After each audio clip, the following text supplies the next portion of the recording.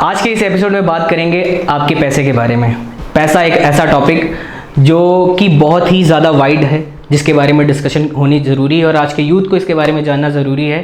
तो the AG show में आज के हमारे मेहमान बहुत ही खास होंगे, चाहे बात पैसे की हो, चाहे बात व्यापार की हो, चाहे वो अन्य पैसे से जुड़ी कोई और भी पॉलिसीज़ के बारे में हो।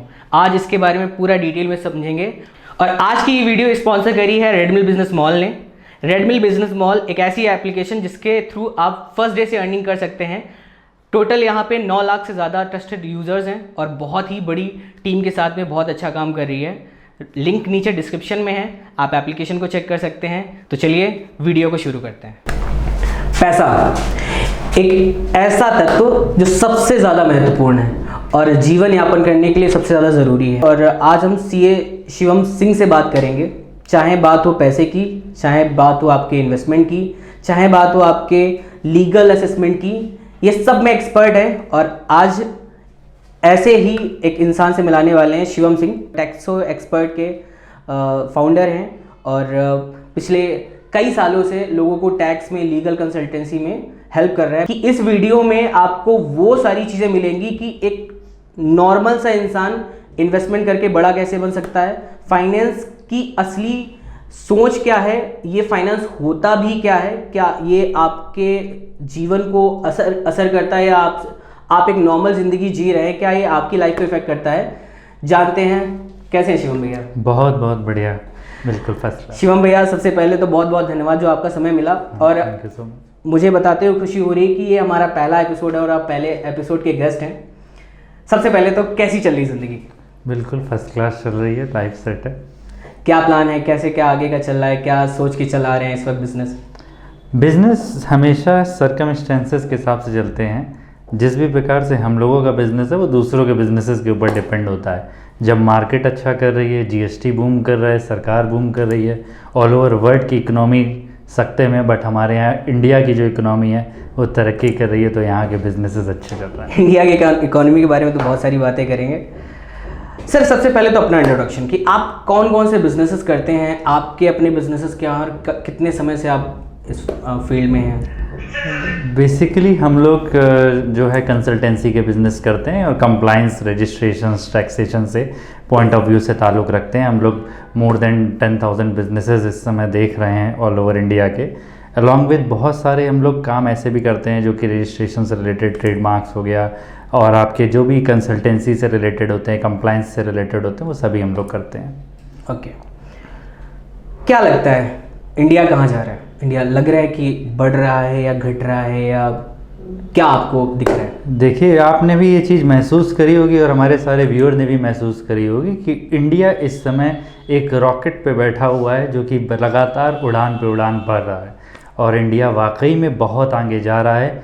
जिस प्रकार से पिछले 10 सालों में देश की तरक्की हुई है, उससे देख के सभी को समझ में आ रहा होगा कि इंडिया कहाँ जा रहा है और आने वाले समय में हम लोग और भी ज़्यादा ऊंचाइयाँ छूने वाले हैं। देखिए, इंडिया की इकोनॉमी तो बहुत सारी बात करेंगे ही करेंगे। अभी सिंपल सा समझते हैं कि सीए करियर को लेकर कुछ 1-2 सवाल हैं जो मुझे समझ में आते हैं कि आपसे पूछने चाहिए। क्या सीए बहुत टफ एग्ज़ाम है? ये सीए एग्जैक्टली है क्या और इसका काम क्या है?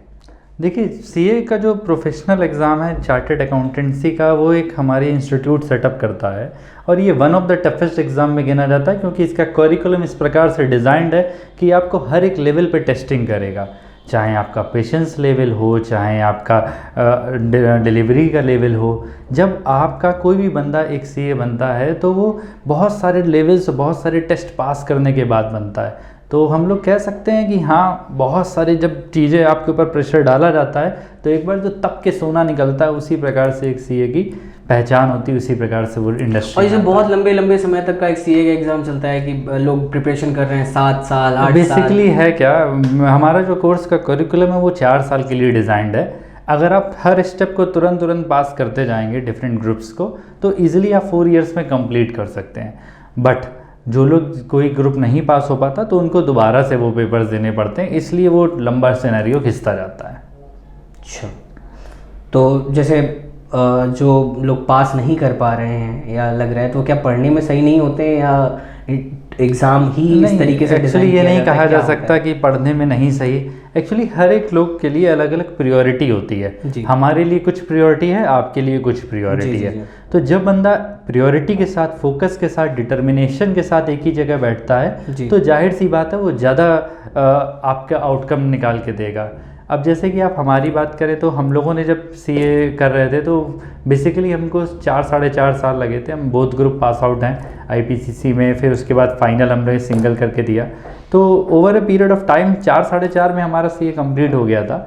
और बट हाँ, आपको दिखाना पड़ता है, yes you have to show your dedication towards the profession and you have to, आपको बहुत कुछ समझना पड़ता है, सीखना पड़ता है। और हाँ, it was not a really very easy journey, बहुत सारे अप्स एंड डाउन्स होते हैं उसमें। तो क्या लगता है कि जब सीए क्लियर कर लिया, आप बन गए सीए, उसके बाद में आपको फाइनेंस की क्या क्या, आपको पहले पैसा कैसे दिखता था और सीए कर लेने के बाद में पैसे को आप किस नज़र से देखते हैं? बिल्कुल आपने सही क्वेश्चन किया। बहुत ज़्यादा डिफरेंस है।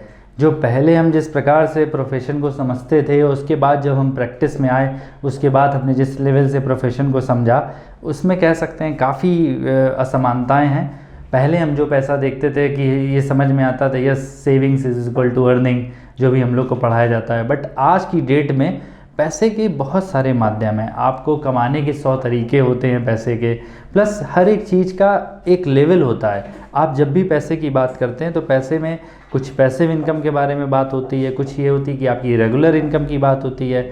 बहुत सारे लोग जो पैसा बचा लेते हैं, आपके जो डे टू डे के एक्सपेंसेस होते हैं, जो आपने बचा लिए, वो भी एक तरीके से आपने अर्न किया। ज़रूरी नहीं कि आप रोज़ हर चीज़ को अर्न करें। आप कोई पैसिव इनकम का ऐसा सोर्स बना सकते हैं जिससे कुछ ना कुछ आपकी इनकम आती रहेगी। तो जैसे जैसे आप ग्रो करते जाते हैं, प्रोफेशन में आगे बढ़ते जाते हैं, वैसे वैसे अलग अलग पैसे की डेफिनीशन या परिभाषाएं समझ में आने लगती हैं। अगर मैं बात करूं कि एक इंसान जॉब कर रहा है, अभी आप एक जॉब कर रहा है, वो अपने पैसे को किस तरीके से मोनेटाइज कर सकता है? वो उसने कमा लिया, वो 20-25 हज़ार ही कमा रहा है, तो फिर वो अपने पैसे को कैसे मोनेटाइज करता है? क्या तरीके रहते हैं? देखिए, बहुत सारे तरीके हैं। अब अगर हम लोग पैसे की बात करें तो सबसे पहले आप, हर एक बंदा अलग है। जैसे 5 उंगलियां समान नहीं होती, ऐसे हर प्रकार का बंदा हर एक अलग होता है। तो आपको देखना पड़ता है किस बंदे की रिक्वायरमेंट क्या है। जैसे कि किसी की रिक्वायरमेंट होती है कि उसको स्टेबिलिटी चाहिए, तो उसको वैसे सोर्सेज में जाना चाहिए। किसी की चाहिए हाँ मैं थोड़ा बहुत रिस्क ले सकता हूँ, तो जो रिस्क ले सकता है उसके लिए म्यूचुअल फंड्स वगैरह में कुछ लोग इन्वेस्टमेंट करते हैं, कुछ लोग रियल इस्टेट में करते हैं, और कुछ लोग बहुत ही ज़्यादा एग्रेसिव होते हैं, कहते हैं नहीं मुझे बस पैसा चाहिए। तो आज की डेट में जो हाईली टॉपिक है, हाईली कॉम्पिटिटिव टॉपिक है, जिसको कि क्रिप्टो बोलते हैं, तो कुछ लोग crypto, share market, futures, derivatives, उसमें भी पैसा अपना इन्वेस्ट करते हैं। आपने इन्वेस्ट किया है क्रिप्टो में? हाँ, क्रिप्टो में इन्वेस्ट किया है मैंने। क्या हुआ? आपको प्रॉफिट समझ में आया? हाँ, प्रॉफिट समझ में आया। हाँ। अब आप सीए हैं तो आप तो प्रॉफिट बुक करिए। जी नहीं, ऐसा नहीं। हमारे जैसे ऐसे लोग हैं जो इन्वेस्ट करने के बाद में डाउन बैठे हुए हैं। खैर, वो समझने की बात थी। कोविड के समय में बहुत सारे लोगों ने बहुत कुछ ट्राई किया और उसकी वजह से बहुत सारी ज़िंदगियाँ बदली भी हैं। ऐसा कोई स्ट्रगल पीरियड के टाइम पे, या जब आप एग्ज़ाम दे रहे थे या एग्ज़ाम आप कर रहे थे, उस वक्त की कोई स्टोरी जो शेयर करना चाहते हैं, जो लग रहा है कि यार नहीं? एग्ज़ाम जब हम लोग देते हैं वो एक बहुत ही वाकई में बहुत बड़ा डेडिकेटेड समय होता है। मैं उनको याद करता हूँ तो वहाँ रोंगटे खड़े हो जाते हैं। एक समय होता था जब हम लोग मात्र 6 घंटे होते थे आपको अदर एक्टिविटी के लिए, बाकी 18 घंटे आपको अपनी बुक्स के सामने करना पड़ता है। और लिटरली 18 घंटे का मतलब विथ फोकस 18 घंटे पढ़ना होता है। आपका माइंड कहीं डाइवर्ट नहीं हो सकता, आपको फैमिली से पूरा बाहर होना पड़ता है, आपको अपने दोस्तों यारों से सब कुछ त्यागना पड़ता है एक समय पे। क्योंकि अगर आप वो उस समय को अगर आपने एक एक मिनट इम्पॉर्टेंट होता है। इनफैक्ट जब मैं जितनी देर नहाता था वो भी काउंटेड था कि मैं कितनी देर नहाऊंगा, इतनी पीरियड के अंदर मैं वापस अपनी टेबल पे आ जाऊँ कैसे भी करके, क्योंकि सिलेबस इतना ज़्यादा है और आपके पास समय थोड़ा है, उसी समय में आपको वो चीज़ पूरी करनी है। अगर 4 साल के टाइम पीरियड को बाइफरकेट, जैसे आप बता रहे हैं कि आप 18 घंटे पढ़ते थे, तो एक बहुत बड़ा टाइम, क्योंकि आईएएस के एग्जाम भी 12-14 घंटे क्लियर पढ़ के लोग क्लियर करते हैं, और कुछ लोग पढ़ते हैं 18 घंटे। हर एक का लेवल अलग होता है। कोई 10 घंटे में भी वो चीज़ क्लियर कर सकता है, कोई 18 घंटे में भी करता है। बट जो आखिरी का कुछ समय होता है 3 से 6 महीने का, उसमें आपको मेजरली 12 से 15 घंटे पढ़ना ही पड़ता है, नहीं तो कैसे आप इतना बड़ा सिलेबस कंप्लीट करेंगे। ओके, अच्छा, तो कि अब 4 साल के टाइम पीरियड में सीखने को क्या मिलता है? अगर हम ये सिलेबस को डिफाइन करें कि पहले साल में आप ये समझ पाएंगे पैसे के मामले, दूसरे में ये, तीसरे में ये, चौथे में लीगल पार्ट या कुछ ऐसे एक हम लोगों के साथ एक बहुत अच्छा पार्ट होता है, हमारी ट्रेनिंग होती है। हमें 3 साल किसी भी दूसरे चार्टर्ड अकाउंटेंट के अंदर हमें ट्रेनिंग करनी होती है। तो हमारे पास उस 3 साल के पीरियड के दौरान पूरा एक्सपीरियंस होता है प्रैक्टिकल बेसिस का, कि आज की डेट में क्या सिनेरियो चल रहा है, क्या जीएसटी चल रहा है, क्या इनकम टैक्स चल रहा है, कौन से क्लाइंट का क्या प्रॉब्लम आती है। जब हम लोग ट्रेनिंग करते हैं तो हर एक चीज़ सीखते हैं, समझते हैं और उसमें रम जाते हैं। आपके पास मार्केट में क्या सिनेरियो चल रहा है, वर्ल्ड लेवल पे, मैक्रो लेवल पे क्या चल रहा है, तो वो सारी चीज़ आपको ट्रेनिंग में इतना आपको बढ़िया कर दिया जाता है कि आपको जब आप प्रैक्टिस में आएंगे या जब आप पास आउट होकर निकलेंगे तो थोड़ा बहुत आपको जानकारी अच्छे से होती है। टेक्नोलॉजी आ रही है, चीज़ें बदल रही हैं और बहुत वास्ट लेवल से बदल रही हैं। इंडिया भी बहुत स्पीड में ग्रो कर रहा है। कुछ चीज़ें हैं जो अभी भी समझनी ज़रूरी है। कंटेंट को लेकर हमारी टीम बहुत रिसर्च करती है, कंटेंट को लेकर, यूट्यूब को, कंसल्टेंसी को लेकर, क्योंकि हमारा भी वर्क कुछ उसी से रिलेटेड है, मीडिया एंड एडवर्टाइजिंग, बाकी सारी चीज़ों से रिलेटेड है। तो हमें ये समझना है कि जो आज के समय में आप देख रहे हैं कि बहुत सारे लोग दूसरों के वीडियो लेके और ज्ञान लेके वही ज्ञान सोशल मीडिया पे बना देते हैं। जैसे मैं आपसे कुछ सोच लूँ और मैं जान लूँ कि आपको इतना % आपको इसमें इन्वेस्ट करना चाहिए, वैसे रिलेटेड कंटेंट बनाने लगते हैं। तो क्या लगता है कि ये कंटेंट, इस तरीके के कंटेंट एक्सपर्ट या फाइनेंस एक्सपर्ट ग्रो कर रहे हैं और उनके मिलियंस में व्यूज़ है, तो क्या लगता है कि वो कुछ पढ़ते हैं? आप ऐसे लोगों को देखते हैं? देखिए, मैं आपको एक चीज़ बताता हूँ। इंडिया की जो पॉपुलेशन है वो अप्रॉक्सीमेटली 140 करोड़ से ज़्यादा है, ठीक है। तो जो भी आपका यूट्यूब में लोग आ रहे हैं, तो आपके पास जब व्यूअर इतना ज़्यादा है, आप कुछ भी बनाइए, किसी चीज़ को भी बनाइए, तो आपके पास व्यूअरशिप आ जाती है। जिनके भाई नॉलेज एक अलग चीज़ हो गई, आप अल्टीमेटली बाद में कौन जीतता है लॉन्गर रेस में, वो एक अलग सिनेरियो है। बट बाकी एक शॉर्टर पीरियड ऑफ टाइम के लिए अगर आप कुछ भी बना रहे हो तो पॉपुलेशन इतनी ज़्यादा है तो स्क्रॉल करने में आ ही जाता है। बट क्योंकि ऐसा होता है ना कि अब लेट सपोज एक के पास में बिजनेस के बारे में बताता है और बिजनेस के बारे में बताते बताते उनके पास में जो फॉलोअरशिप है वो 2 मिलियन 3 मिलियन की होगी, तो उनकी फ़ैन फॉलोइंग बन गई। अब उन्होंने किसी फाइनेंस को लेकर डिस्कशन कर दिया, क्योंकि सबसे ज़्यादा इस वक्त यही हो रहा है कि वो किसी भी एप्लीकेशन को डिस्कस कर देते हैं। अब क्योंकि एप्लीकेशन की तरफ से 2-4-5 लाख का चेक आ जाता है, 10 लाख का चेक आ जाता है, तो उनको जो बोलना है वो कंटेंट भी मिल जाता है कि आपको बोलना है। अब क्योंकि बिज़नेस के मामले में हम उन्हें फॉलो कर रहे हैं तो लगता है यार बिज़नेस फाइनेंस तो थोड़ा बहुत मिक्सचर है, तो ये जो बंदा बोल रहा होगा वो सकता सही हो। उसकी वजह से बहुत सारे मेजर रॉन्ग इन्वेस्टमेंट्स भी आ रहे हैं। मतलब इसका रिपोर्ट है, इसका रिजल्ट्स है। बिल्कुल, अभी रिसेंटली सीतारमन जी ने भी कहा था कि आपको फाइनेंशियल इन्फ्लुएंसर से बच के रहना पड़ेगा। अच्छा। क्योंकि हमारे देश में बहुत ज़्यादा फाइनेंशियल इन्फ्लुएंसर आ रहे हैं। बट ये चीज़ एक इंडिविजुअल को समझनी पड़ेगी, कौन बंदा सही है, कौन बंदा गलत है, कौन बंदा कैसी इन्फॉर्मेशन दे रहा है। ये इसका विवेक, एक जो भी बंदा इन्वेस्ट कर रहा है, जो अपना हार्ड एंड मनी लगा रहा है, उसको ये चीज़ समझनी पड़ेगी, सीखनी पड़ेगी। तो भाई अगर आप फाइनेंस के बारे में जानते हैं और आपने अगर फाइनेंस सीखा हुआ है, आपने उसकी डिग्री ली है या आपने पढ़ाई की है, या फिर आपने चलो बहुत अच्छी वेल्थ बना लिया, वॉरेन बफेट बन गए, या फिर आप राकेश झुनझुनवाला बन गए, आप कुछ ऐसे बड़े एक्सपर्ट बन गए, तो आपको लगता है कि आप वहाँ फाइनेंस की नॉलेज दे सकते हैं। बट फिर भी नीचे टैगलाइन में लिखना ज़रूरी है कि investment are subject to market risk. खैर ये बात तो है ही। बढ़ते हैं आगे। सबसे बड़ा इनकम सोर्स गवर्नमेंट का, इंडियन गवर्नमेंट का जीएसटी है। क्या लगता है कि पहले जो टैक्स पद्धति थी, जो प्रणाली थी, उस पे काम जो चल रहा था, और अब जो जीएसटी लाने के बाद में क्या लगता है कि कुछ सिंप्लीफाइड हुआ है, या जीएसटी लाना सही था, या कैसा, क्या आप इसके बारे में क्या सोचते हैं? देखिए, जीएसटी आने के बाद गवर्नमेंट की तो बहुत बल्ले बल्ले हो गई। जो रेवेन्यू उनका बहुत ही कम था या नेग्लिजिबल अमाउंट का था वैट के पीरियड के दौरान, वो आज की डेट में लगभग 2 लाख करोड़ के आसपास पहुंच रहा है। अभी लास्ट मंथ हम लोगों के पास जो आंकड़े हैं वो 1.70 लाख करोड़ का पहुंच गया, तो अप्रैल में अप्रॉक्सीमेटली 2 लाख करोड़ के आसपास पहुंच गया था। तो आप देखिए कि गवर्नमेंट को तो पॉकेट भर रही है बराबर, हर महीने एक्सेस मनी आ रहा है गवर्नमेंट के पास। रही बात कि क्या टैक्स पेयर्स को या जो हमारी आम जनता है, क्या उनको इससे फ़ायदा हुआ कि नहीं, कंप्लायंस बर्डन एक कम हो गया है जीएसटी के आने के बाद। क्योंकि पहले क्या था, बहुत सारे डिफरेंट टैक्सेस थे, आपको हर एक अलग अलग डिपार्टमेंट के पास जाना होता था, वहाँ पे उनकी कंप्लायंस करनी होती थी, नहीं होती थी तो उनको प्रॉब्लम होती थी। अब क्या है, कंप्लायंस बर्डन आपका कम हो गया। अब हम लोग बात करेंगे क्या टैक्स का बर्डन कम हुआ। एक हमारे टैक्स की प्रणाली में एक बोला जाता है कैस्केडिंग इफेक्ट, यानी कि जो टैक्स के ऊपर जब टैक्स लगता है तो उससे चीज़ों के दाम और बढ़ जाते हैं। जीएसटी आने के बाद क्या हुआ, आपको सीमलेस फ्लो ऑफ क्रेडिट मिलने लगा। एक बार फिर से डिफाइन कीजिए, टैक्स के ऊपर टैक्स बढ़ता है। जैसे कि कैस्केडिंग इफेक्ट का मतलब होता है, जैसे कि आपने 15 रुपए का कोई भी गुड्स लिया, उसके ऊपर जो भी 18% का टैक्स लगा।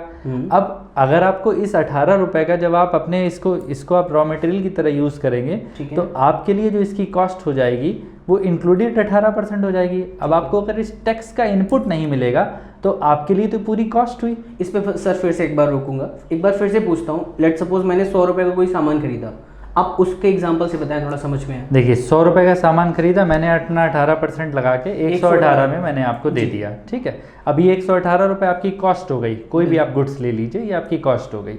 जब 118 रुपये की कॉस्ट पे जब आप अपनी प्रोसेसिंग करेंगे, अपनी यूनिट की प्रोसेस करेंगे, तो आपने सपोज दैट उसके ऊपर जो भी वैल्यू ऐड करी, मान के चलिए 10 रुपये आपने वैल्यू ऐड कर दी, ठीक है।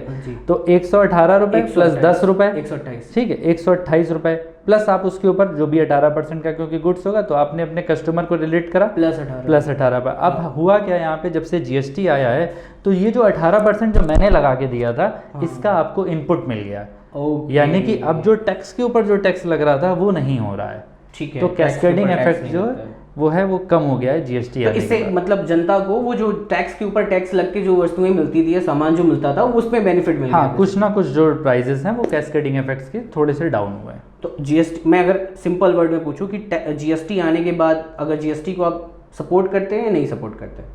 सिंपल वर्ड में बोले, मैं जीएसटी का बिल्कुल प्रो सपोर्टर हूँ, क्योंकि जीएसटी आने के बाद बहुत सारे फ़ायदे मिले हैं हमारे देश को भी, हमारी देश की जनता को भी। सारी चीज़ें ऑनलाइन हो गई हैं, सारी चीज़ें स्ट्रीमलाइन हो गई हैं, कहीं कोई डिपार्टमेंट के चक्कर नहीं लगाने पड़ते हैं। बट हाँ, जहाँ पे बहुत सारे फ़ायदे होते हैं तो एक आध दो नुकसान भी होते हैं, जो हर एक चीज़ के साथ। क्या है नुकसान ये है कि जब टैक्स पेयर ये कहता है कि मुझे इतने सारे रिटर्न्स भरने हैं, महीने में 2 रिटर्न जाते हैं, 3B और R1, उसके बाद एक एनुअल रिटर्न जाता है, तो साल के देखिए लगभग 25-26 रिटर्न्स हो जाते हैं। तो टैक्स पेयर कहता है मैं पूरे दिन रिटर्न ही भरूंगा कि मैं अपना बिजनेस कब करूंगा।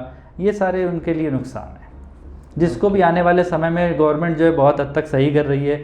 ई इनवॉइसिंग आ रही है आज की डेट में, 1 अगस्त से 5 करोड़ रुपए के ऊपर वाले टर्नओवर के लिए ई इनवॉइसिंग आ जाएगी। तो जब ई इनवॉइसिंग आएगी तो बहुत सारी जो कंप्लाइंस बर्डन है उससे भी कम होगा। जी। हम लोग बहुत सारा कंटेंट देखते रहते हैं, तो कई सारे ऐसे लोग होते हैं जो एंटी गवर्नमेंट कंटेंट भी तैयार करते हैं। तो उसमें कई सारे वीडियोस में दिखाया जाता है कि जीएसटी आने के बाद में लोगों का बिजनेस डाउन हो गया। ये ऐसा है क्या, ऐसे पॉसिबल है?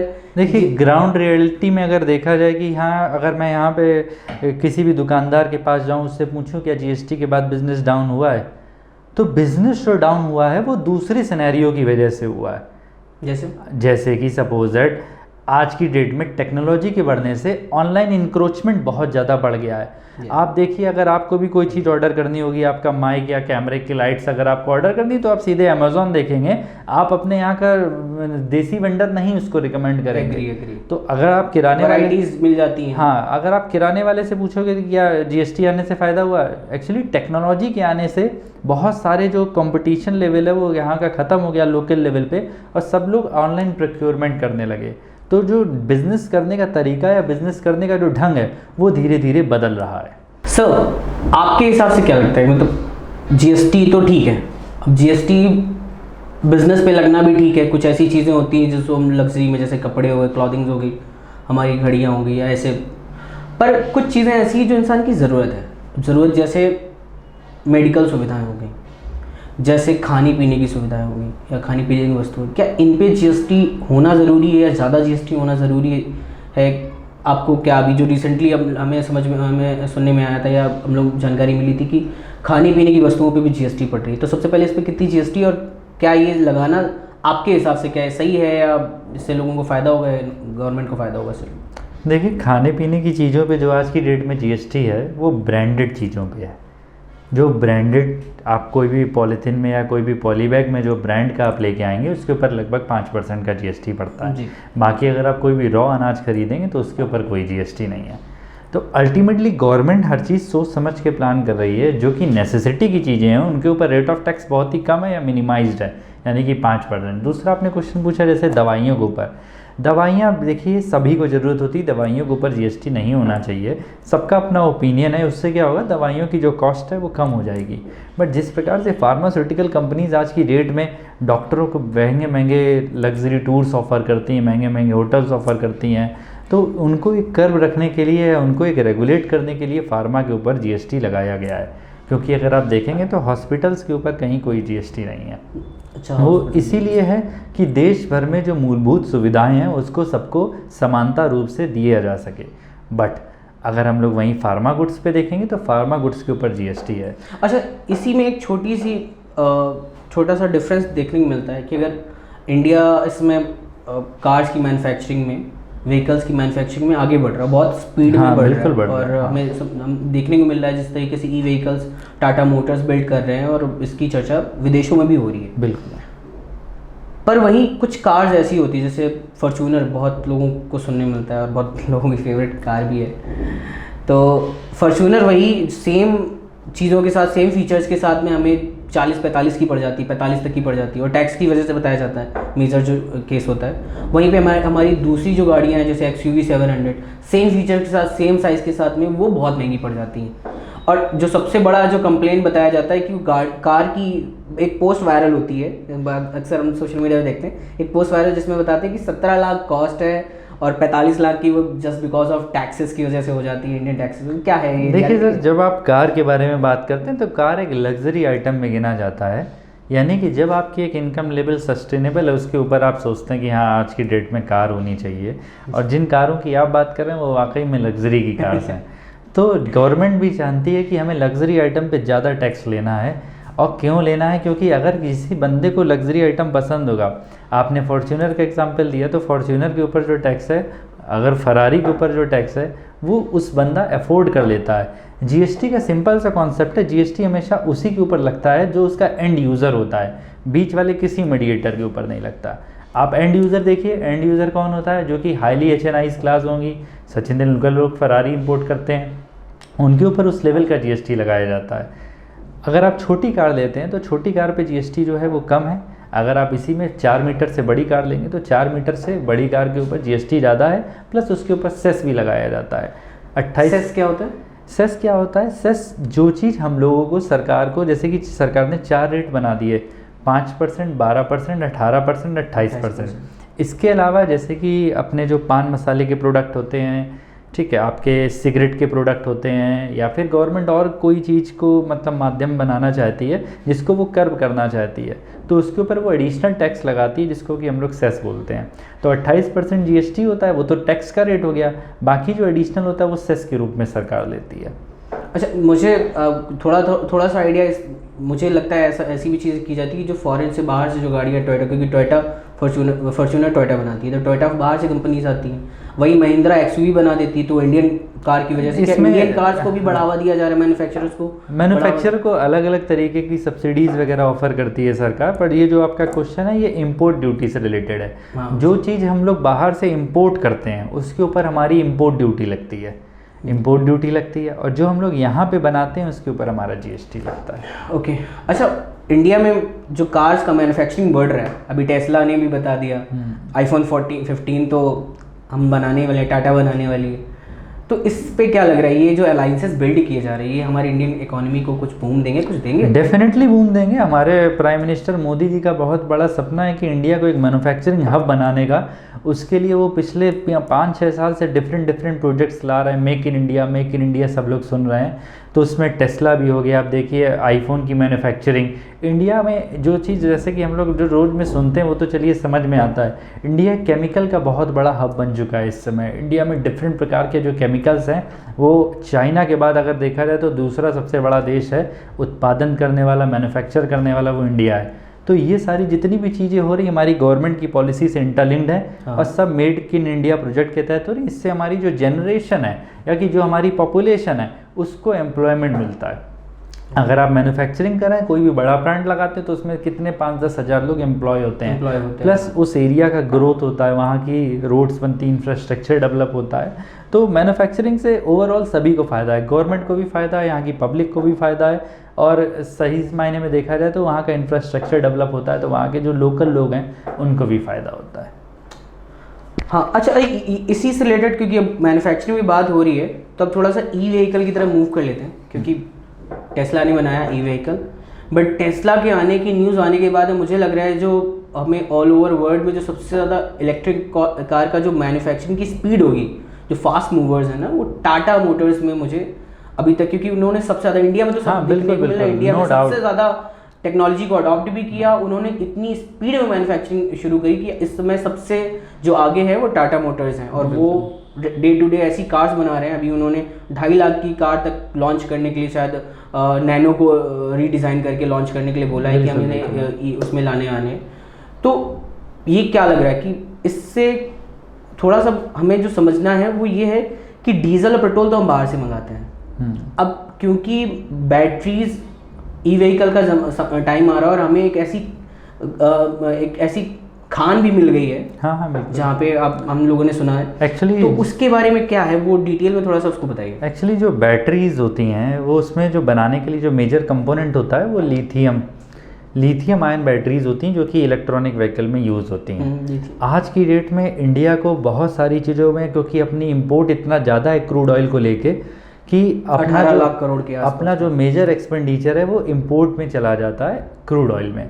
तो अब अगर इंडिया अपना सेल्फ डेवलपमेंट या सेल्फ सस्टेनेबल बनना चाहता है तो उसको इलेक्ट्रॉनिक व्हीकल पे जोर देना पड़ेगा। पहली चीज़ तो ये कि वो आने वाला फ्यूचर है, दूसरा कि उसमें पॉल्यूशन नहीं होता है, और तीसरा जो क्रूड ऑयल जो कि एक मान के चलिए जो कि ख़त्म होने वाली रिसोर्सेज है आज की, यानी कि वो डिप्लीट हो रही है डे बाय डे। तो हम लोग को जो इलेक्ट्रॉनिक चीज़ें हैं, जो कि हम लोग वाटर मतलब हम लोग एनर्जी किसी भी तरीके से बना सकते हैं, सन से भी बना सकते हैं, विंड से भी बना सकते हैं, वाटर से भी बना सकते हैं। तो हम लोग को दूसरे माध्यम तलाशने चाहिए।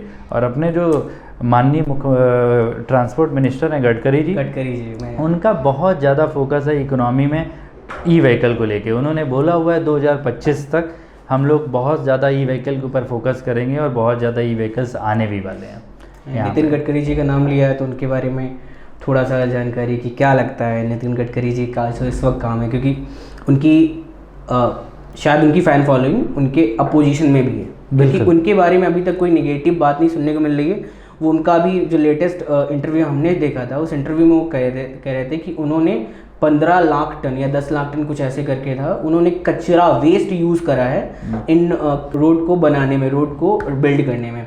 और वो जिस तरीके से कचरे से, यानी मुझे लग रहा है रिवर्स इंजीनियरिंग जो कर रहे हैं, वो क्या लगता है इसके बारे में थोड़ा सा एक्सप्लेन कीजिए। देखिए, आपकी गवर्नमेंट देखा जाए तो बहुत ही विजनरी होनी चाहिए।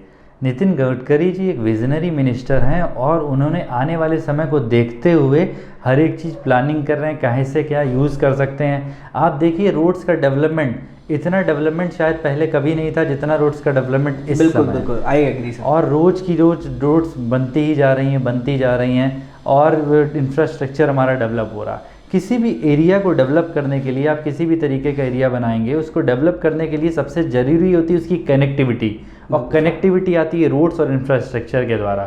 तो गडकरी जी ने वाकई में काबिल तारीफ़ काम किया है पूरे इंडिया को आगे ले जाने में। जिस तरीके से हाईवेज़ का निर्माण है अपने भारत में, आप देख सकते हो, बहुत ही उम्दा है। और तो ये लगता है कि ये जो उनका जो ये टेक्निक है, अभी उनके बारे में तो बहुत सारी न्यूज़ें सुनने को मिलती हैं, और अभी वो एक और बहुत बड़ी न्यूज़ ये उन्होंने बताई कि उन्होंने सीवेज वाटर को पेबल में कन्वर्ट कर दिया है। बिल्कुल। क्या आपने ये? हाँ बिल्कुल, हाँ मैंने सुना हुआ है।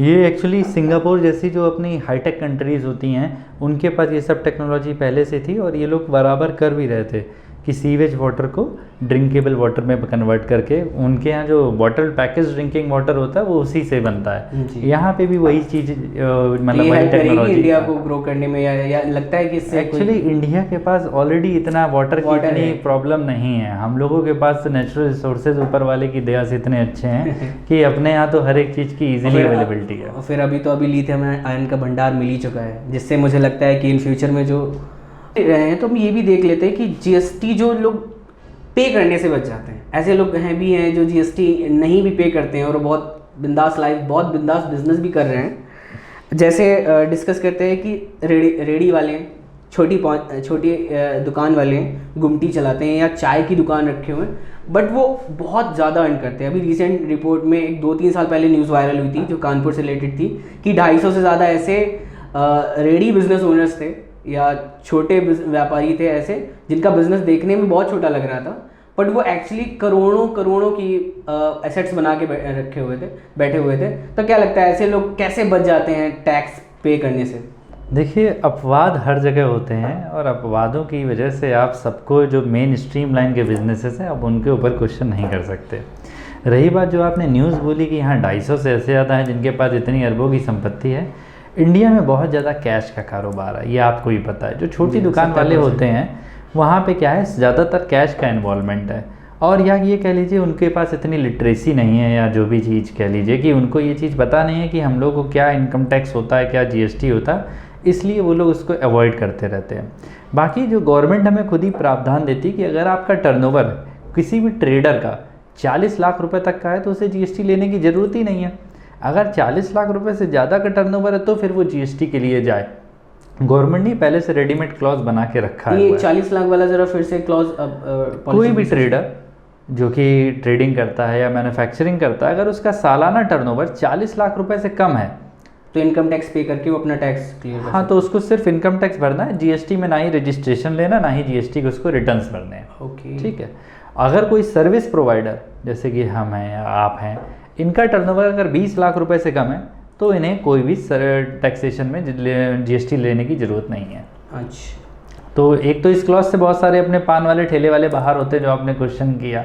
Over a period of time इनकी संपत्ति इसलिए बन जाती है कि ये हर साल ये दिखाते हैं कि हमारा जो टर्नओवर है वो 20 लाख या 40 लाख रुपए से कम है, उसी को मल्टीप्लाई करते रहते हो। इनके घर में जितने फैमिली मेम्बर होते हैं उनके इसी प्रकार से बिजनेसेस होते हैं। बाकी कोई अगर अपवाद है, कोई टैक्स नहीं दे रहा है या कोई सरकार को प्रॉपर कंप्लाइंस नहीं कर रहा है, तो उसके लिए सरकार के डिफरेंट एंगल से विभाग हैं, ED है, तो सरकार भी समय समय पे सबके ऊपर रेड मारती रहती है। जैसा कि अगर आपने देखा पिछले 3 साल के अंदर जितने ज़्यादा नोटिसेज, जितनी ज़्यादा रेड्स हुई, इतना कभी नहीं होता था पहले।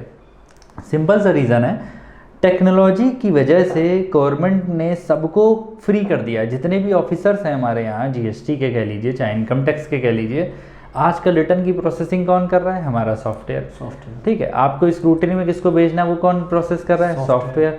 तो जिसकी वजह से हम एक ज़्यादा बेस को प्रोसेस जल्दी कर पा रहे हैं और जितने भी हमारे सरकारी ऑफिसर हैं वो सब फ्री होते जा रहे हैं। ज़्यादातर उनका मेन यही काम है कि जो कि मेन रेवेन्यू स्ट्रीम में नहीं है उसको रेवेन्यू स्ट्रीम में लेके आना है। जिसने भी कर की चोरी करी उसको कैसे भी करके पकड़ना। तो धीरे धीरे सब लोग पकड़ में आ रहे हैं, नहीं तो आप उस पैसे को कहाँ यूज़ करेंगे जब आप यूज़ करने जाएंगे तब पकड़े जाएंगे।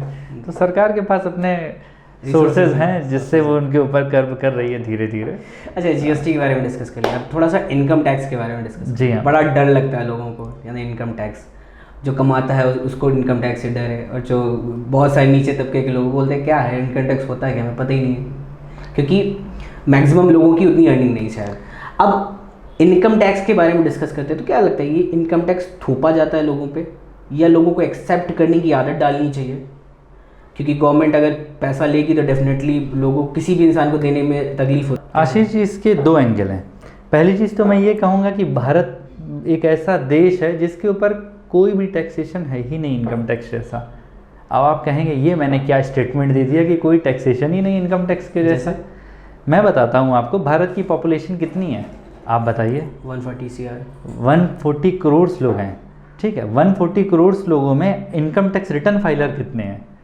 3%, 4%, मात्र 3% मान के चलिए। जो रिटर्न फाइलर हैं, जो लास्ट ईयर जिन्होंने रिटर्न फाइल किया वो 4 करोड़। उन 4 करोड़ में जो लोग टैक्स देते हैं वो कितने हैं? आप सोचिए, आपने कुछ तो फिगर सोचा होगा, कितने लोग टैक्स देते होंगे? अब कितने लोगों ने दिया? अप्रॉक्सीमेटली वो जो फिगर आएगा, जो लोग वाकई में जो टैक्स देते हैं वो 1 करोड़ लोग से भी कम है। तो सर ऐसा क्यों है? लोगों के पास फाइनेंस नहीं, पैसा नहीं, क्या है? एक्चुअली इंडिया में क्या है, इंडिया में जो टैक्सेशन की प्रणाली है वो सेल्फ असेसमेंट बेसिस पे है, यानी कि जो आप बोलेंगे वो गवर्नमेंट मानेगी। तो और 5 लाख रुपए तक कोई भी टैक्स नहीं लगता था इस देश में अभी तक। इस फाइनेंशियल ईयर से उसकी सीमा बढ़ा दी गई है, 7 लाख रुपए तक कर दी गई है। अब आप सोच सकते हैं 5 लाख रुपए का मतलब हो गया मोटा मोटा 40,000 रुपये महीना जो कमाता है उसके ऊपर कोई टैक्स नहीं है। बट यहाँ पे क्या वाले लोग 70%, हाँ बिल्कुल, और यही जो पॉपुलेशन है अपनी मेजर पॉपुलेशन है। और इंडिया के पास जो टैक्स की स्ट्रीम है वो बहुत ही छोटी सी है, मात्र हम 1% लोग से भी कम है जो लोग टैक्स देते हैं, उन्हीं से हम पूरा देश चला रहे हैं। आप एक बार सोच के देखिए, मात्र 1 करोड़ लोग से पूरा देश चल रहा है, जो मात्र 1 करोड़ लोग टैक्स देते हैं। सर पर अगर कमाने की बात आ जाए तो 40-50 हज़ार से ऊपर भी ऐसे बहुत सारे लोग हैं। एटलीस्ट हम ये एक एवरेज लगा सकते हैं 10 से 12% ऐसे लोग होंगे जो 40-50 हज़ार से 60 हज़ार से ऊपर की। हाँ बिल्कुल, आपने सही कहा आशीष जी। मैं मैं आपकी बात का समर्थन करता हूँ। और एक ये चीज़ आपको समझनी पड़ेगी, भारत में एग्रीकल्चर के ऊपर कोई भी टैक्स नहीं है। और भारत जैसे देश में आज से 5 साल 10 साल पहले चले जाइए तो मुख्य जो व्यापार था या मुख्य जो कारोबार था, इनकम का स्रोत था, वो एग्रीकल्चर ही हुआ करता था। आप अपने गांव में जाके देखिए कि मेजॉरिटी लोग क्या करते हैं, खेती करते हैं। खेती के ऊपर कोई भी टैक्स नहीं है। तो आपकी जो मेजर पॉपुलेशन है वो तो वैसे ही बाहर है, ठीक है। और इंडिया में एक ये भी प्रावधान चलता है कि हमारे यहाँ एक अर्निंग मेंबर एक होता है, बाकी सब लोग फीडिंग मेंबर होते हैं। तो दूसरा, आपके यहाँ से बहुत सारे लोग बाहर होते हैं, ओके, ठीक है। और तीसरा, अगर आप देखें कि हमारे पास टैक्स के लोग इतने कम कैसे आ जाते हैं, वो इस प्रकार से आते हैं क्योंकि हम सेल्फ असेसमेंट बेसिस पे जाते हैं। यानी कि हम खुद सरकार को बताते हैं कि मेरी इनकम 5 लाख है, तो इस बार जितने भी ITRs फाइल होते हैं सब 4,99,000, 4.5 लाख से 4,99,000 के बीच में फाइल होंगे। जिस साल सरकार रेट बढ़ा देगी कि हमारा स्लैब बढ़ गया 7 लाख का हो गया, तो अगले साल जो इकोनॉमी है वो सीधे 7 लाख की हो जाएगी। तो इस प्रकार से चलता है। अच्छा, इसमें एक खेल और खेला जाता है, जैसे जिन लोगों की इनकम 7 लाख 8 लाख 9 लाख 7 लाख से ऊपर है या 8 लाख है 9 लाख है, तो वो कुछ इन्वेस्टमेंट करके भी पैसा बचा लेते हैं। वो क्या प्रोसेस रहता है? ये तो देखिए टैक्स प्लानिंग का जरिया और टैक्स प्लानिंग का तरीका है कि अगर आप सरकार को टैक्स नहीं देना चाहते हैं तो आप डिफरेंट ऐसे इंस्ट्रूमेंट है वहाँ पे इन्वेस्ट करके आप अपनी प्लानिंग करके आप अपने टैक्स की लायबिलिटी को रिड्यूस कर सकते हैं। ऐसा क्यों करती है गवर्नमेंट? ऐसा गवर्नमेंट इसलिए करती है क्योंकि यहाँ पे गवर्नमेंट को पता है कि अल्टीमेटली वो सोर्स किसके पास जा रहा है। अगर कोई बंदा अपना इंश्योरेंस पॉलिसी ले रहा है तो उसको फ़ायदा कैसे गवर्नमेंट को मिल रहा है, तो गवर्नमेंट की कहीं ना कहीं लायबिलिटी कम आ रही है ना, देश अपने आप स्वावलंबन बन रहा है। अगर कोई मेडिकल पॉलिसी ले रहा है तो भाई अगर कल को वो भर्ती होगा तो डिपेंडेंट कौन होगा, इंश्योरेंस कंपनी उसको पैसा देगी। अगर कोई अपना NPS करा रहा है, नेशनल पेंशन स्कीम में इन्वेस्टमेंट कर रहा है, तो यानी कि जो उसका रिटायरमेंट है वो सही हो जाएगा। तो इंडिया में क्या है, इंडिया एक ऐसा देश है, ये सेविंग का देश है। आज भी आप अपने घर परिवार में देखिए तो माताएं बहनें जो हैं हमारी, वो सोने के रूप में बहुत सारी सेविंग्स करके रखती हैं, ठीक है। और माताएं बहनें हमारी बताती भी नहीं कि क्या सेविंग आज तक हमने करके रखी है। तो सेविंग को बढ़ाने के लिए और कल्टीवेट करने के लिए हैबिट कि सेविंग्स हमारी बढ़ती रहें। इंडिया के पास सबसे ज़्यादा सोने का भंडार है एक तरीके से देखा जाए, जो सेविंग्स के रूप में, जो कि अपनी माताएं बहनें ज्वेलरी के रूप में संभाल कर रखती हैं, संजोग कर रखती हैं। अच्छा, इनकम टैक्स के बारे में थोड़ा सा टैक्स पेयर के बारे में डिस्कस करें, जिसके पास पैसा बहुत ज़्यादा आ जाता है। मतलब ऐसे बहुत सारे लोग हैं, मैंने देखे हैं मेरी जान पहचान में भी, उनके पास पैसा बहुत है, तो वो इन्वेस्ट एक्सेस पैसा आ जाने के बाद वो दुबई, सिंगापुर ऐसी जगह पे प्रॉपर्टीज़ में इन्वेस्ट करते हैं, या वो इंडिया को उतना ज़्यादा प्रॉफिटेबल नहीं समझ पाते। क्या होता है कि वो बाहर प्रॉपर्टीज़ लेना ज़्यादा प्रेफर करते हैं या बाहर बिजनेसेस करना ज़्यादा प्रेफर करते हैं। देखिए ये बात बिल्कुल सही है कि जब जो HNIs होते हैं जिनके पास बहुत ज़्यादा पैसा आ जाता है, वो अपना स्टैंडर्ड ऑफ लिविंग बढ़ाने के लिए बाहर सेटल होना चाहते हैं और बाहर की प्रॉपर्टीज़ में इन्वेस्ट करते हैं। जो बाहर इन्वेस्टमेंट हो रहा है वो तो इसलिए हो रहा है कि वहाँ से हमको रिटर्न ज़्यादा बेटर मिलेगा, क्योंकि वो ज़्यादा इंफ्रास्ट्रक्चर डेवलप्ड कंट्रीज़ हैं। जहाँ पे ज़्यादा इंफ्रास्ट्रक्चर डेवलपमेंट है तो वहाँ पे जो उनको रिटर्न है वो ज़्यादा बेटर मिलता है। दूसरा क्वेश्चन एक आपका ये है कि बहुत सारे लोग बाहर सेटल होना चाहते हैं यहाँ पे टैक्सेशन सिस्टम को देखते हुए।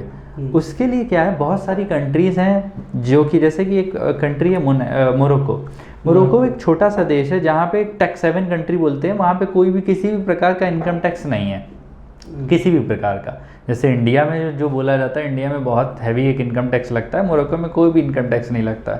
जैसे कि जब हम बोलते हैं टैक्स हेवन कंट्रीज तो सबसे पहले नाम आता है हमारे पास दुबई का, यूनाइटेड अरब्स का। ये सब लोग कहते हैं अरे बिल्कुल भी कहीं कोई टैक्स ही नहीं लगता है, इनकम टैक्स है ही नहीं वहाँ पे। जब इनकम टैक्स नहीं है वहाँ पे तो क्यों, मतलब कहाँ पे कैसे वो सरकारें पैसा कमाती है? हाँ, उनके पास दूसरे स्रोत होते हैं पैसे कमाने के। जैसे कि जो UAE की गवर्नमेंट है वहाँ पे वैट बहुत अच्छा लगता है, टूरिज्म से बहुत अच्छा रेवेन्यू कलेक्ट होता है। प्लस वहाँ पे जितनी भी ये गल्फ कंट्रीज़ हैं यहाँ पे इनकम टैक्स क्यों नहीं है, क्योंकि यहाँ का major source of revenue crude से आ रहा है। तो सरकार के पास पैसा आ रहा है, इंडिया के पास क्रूड नहीं है, इसलिए वो इनकम टैक्स इम्पोज करती है। और इनकम टैक्स का लगभग 25% से की जो गवर्नमेंट की जो टोटल आय है लगभग 25% इनकम टैक्स से ही आता है। ओके, इंडिया की गवर्नमेंट का जो इंडिया की गवर्नमेंट का। ओके, और जीएसटी से लगभग कितना परसेंट आता है? 26% आता है। 26%। मोर और लेस दोनों हैंडशेक करके चलते हैं और दोनों को मिला दे तो लगभग 50% का आ जाता है। 50% जो रेवेन्यू है हमारा इनकम टैक्स से है और GST जीएसटी के साथ में आ रहा है। और जीएसटी धीरे धीरे लोग जीएसटी की तरफ ध्यान भी दे रहे हैं क्योंकि गवर्नमेंट ने इतनी सारी टेक्नोलॉजीज यूज़ करी और टेक्नोलॉजी का बेनिफिट मिल रहा है। फाइनेंस तो डिस्कस कर ही रहे हैं, थोड़ा सा इस बारे में बताइए कि जो भी डिमोनेटाइजेशन हुआ था, डिमोनेटाइजेशन बहुत कंट्रोवर्शियल टॉपिक रहा। बिल्कुल बिल्कुल। मोदी गवर्नमेंट पे या हमारे प्रधानमंत्री श्री नरेंद्र मोदी जी पे बहुत बार उस पर बोला भी गया कि ये गलत है। तो ये 1500 की जो नोट बंद करना था वो उसका क्या पर्पस था? और दूसरा जो अभी 2000 के नोट बंद किए, अभी 2000 रिसेंटली नोट बंद कर दी, इसका क्या बेनिफिट, इसका क्या गया? और इसके साथ साथ एक और चीज़ है कि जो एक कंट्रोवर्शियल टॉपिक बनाया जाता है कि 1500 की नोट टेरर फंडिंग को या ब्लैक मनी को अवॉइड करने के लिए बंद किया गया, क्या ये ऐसा हुआ? देखिए क्या होता है, जब हमारा पहला वाला डिमोनेटाइजेशन किया गया 8 नवंबर वाले दिन, वो वाकई में एक डिमोनेटाइजेशन था। यानी कि वो जो करेंसी फ्लो थी हमारी पूरे सिस्टम के अंदर, तो उससे पूरी करेंसी को हटाना था और नए नोट्स का इंट्रोडक्शन था, उसको हम डिमोनेटाइजेशन कहेंगे। ये जो सेकंड राउंड में करा गया है, जो अभी 2000 रुपये वाला करा गया, उसमें क्या गवर्नमेंट ने करा है, उसमें रिजर्व बैंक का डायरेक्ट इन्वॉल्वमेंट। उसने बोला कि जितनी भी करेंसी हमारी मार्केट में फ़्लो हो रही है, हम नोट्स एक्सचेंज करना चाहते हैं, या कि हम नोट बंद करना चाहते हैं 2000 के। तो जितने भी मार्केट में दबी हुई करेंसी थी उसको उन्होंने वापस ले लिया। ऐसा कहीं पे भी नहीं कि आप वो करेंसी चला नहीं सकते। 2016 वाले में क्या हुआ था, वो करेंसी का यूज़ बंद हो गया था उसी दिन से। यानी कि अगर आप करेंसी यूज़ करते हो 500 रुपये की, तो आपके ऊपर पेनल्टी लग जाती, आपके ऊपर डिफरेंट थिंग्स आ जाती कि ये जो पैसा है आप नहीं यूज़ कर सकते थे। उस समय बिल्कुल बंदी करवाई गई थी। यहाँ पे क्या था, जो अभी रिसेंटली हुआ है, उसमें 2000 रुपये के नोट को वापस ले रही है सरकार, उसका बंद कहीं नहीं करा रही। आप बैंक में जाके अपना पूरा पैसा जमा कर सकते हैं। अगर आप इस समय ट्रेड भी करेंगे 2000 रुपये से, तो कोई भी वेंडर आपको लेने से मना नहीं कर सकता, क्योंकि वो आज की डेट में लीगल टेंडर है। अगर आज की डेट में आप मुझे 2000 रुपये लेंगे तो मैं रखूँगा 2000 रुपये, भले चाहे मैं अपनी बैंक में जमा कराऊँ, कैसे भी मैं सेटलमेंट करूँ, वो पैसा गवर्नमेंट को वापस चाहिए। वो कह रहे हैं कि हमारी जो करेंसी की पॉलिसी होती है, एक समय के बाद हमारे नोट्स पुराने हो जाते हैं, हमें उसको प्रिंट करने में ज़्यादा खर्चा आ रहा होता, तो उन्होंने करेंसी अपनी वापस ले ली। अगर हम लोग बात करें कि जो पुराना वाला हमारा 500 वाला नोटबंदी हुई थी, अगर हम उसको टेरर फंडिंग से रिलेट करें कि क्या टेरर फंडिंग हमारी उससे बंद हुई या कुछ कम हुई, ब्लैक मनी, एक्चुअली होता क्या था, बहुत सारी प्रिंटिंग प्रेस हमारे सबंस और नेबरिंग कंट्रीज़ पाकिस्तान वगैरह में लग गई थी, जो कि उसमें 500 रुपये के नोटों को बहुत ही ईजिली फ्लो कर रही थी और वहाँ से सप्लाई हो जाता था, जिसकी टेरर फंडिंग में यूज़ करा जाता था। जब सप्लाई होने लगी थी, वो बिल्कुल एकदम सिमिलर नोट्स बनने लगा था, तो उसको टेरर फंडिंग में यूज़ हो रहा था। तो बिल्कुल ये चीज़ आपने सही की, तो इससे इनको इम्पैक्ट भी पड़ा। जो टेरर फंडिंग हमारी ऑर्गेनाइजेशन थी कि वो सिमिलर नोट जो नया वाला है वो नहीं बन पाया, और पुराने वाले से उनकी जो सिस्टम चल रहा था टेरर का, आतंकवादियों को देने का जो पैसा, वो बंद हुआ है। अच्छा, आतंकवाद को लेकर डिस्कस कर रहे हैं, तो ये थोड़ा सा ऐसा टॉपिक है कि इससे किसी देश को नहीं जोड़ा जाना चाहिए, बट क्योंकि हम इंडिया में बैठे हैं, हमारा नेबर कंट्री है पाकिस्तान, और पाकिस्तान में इस चीज़ को बहुत, पाकिस्तान और टेरर को शायद अलग अलग नहीं देखा गया। आतंकवाद और पाकिस्तान को एक साथ ही, एक ही तराजू में तोल के देखा जाता है। तो जब डिमोनेटाइजेशन हुआ, उससे टेरर फंडिंग रुकी, तो क्या इसका इम्पैक्ट आज के समय में पाकिस्तान को देखने को मिल रहा है? क्योंकि हम एक ही समय दोनों आज़ाद हुए थे। एक आज के समय में चंद्रयान 3 को डिस्कस कर रहा है और उसको वो एक प्राइड का मूवमेंट बना रहा है। हम यूपीआई लॉन्च कर रहे हैं, हम अदर कंट्रीज़ में यूपीआई लॉन्च कर रहे हैं, हम इस तरफ डिस्कस कर रहे हैं। वही हमारे नेबर कंट्री है, बाप बेटा बोला जाता है, बट फिर भी चलो डिस्कस करते हैं कि वो क्यों नीचे जा रहे हैं, उनकी इकोनॉमी क्यों नीचे जा रही है? क्या इसका डिमोनेटाइजेशन की वजह से बेनिफिट वो था? जी नहीं आशीष जी, देखिए डिमोनेटाइजेशन ये हमारे देश से रिलेटेड बात है, इससे उनको कोई नहीं फ़र्क पड़ रहा।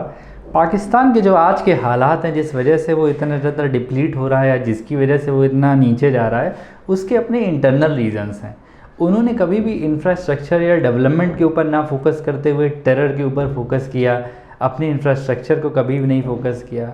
इसकी बहुत सारे रीज़न से, सिर्फ एक रीज़न से नहीं कंक्लूड करा जा सकता। अगर आप देखेंगे 1947 से लेकर आज तक एक भी ऐसी सरकार नहीं है जिसने अपना टेन्योर पूरा किया हो। जब एक भी सरकार नहीं जिसने अपना टेन्योर पूरा किया हो, तो जो भी हमारी सरकार की लॉन्ग टर्म फंडिंग होती है, लॉन्ग टर्म योजनाएं होती हैं, वो कोई भी पूरा ही नहीं हो पाती। जब हमारी कोई भी पूरी योजनाएं नहीं पूरी हो पाती, तो हर सरकार क्या करती है, फ्रीबीज बांटती है, सब्सिडीज़ देती है। वो कहती है कि अगर हम पावर में आएंगे तो हम आपको ये चीज़ मुफ्त में देंगे, भले चाहे देश के पास पैसा हो चाहे ना हो। और वहाँ पे एक भी बार सब्सिडीज़ नहीं कम हुई हैं।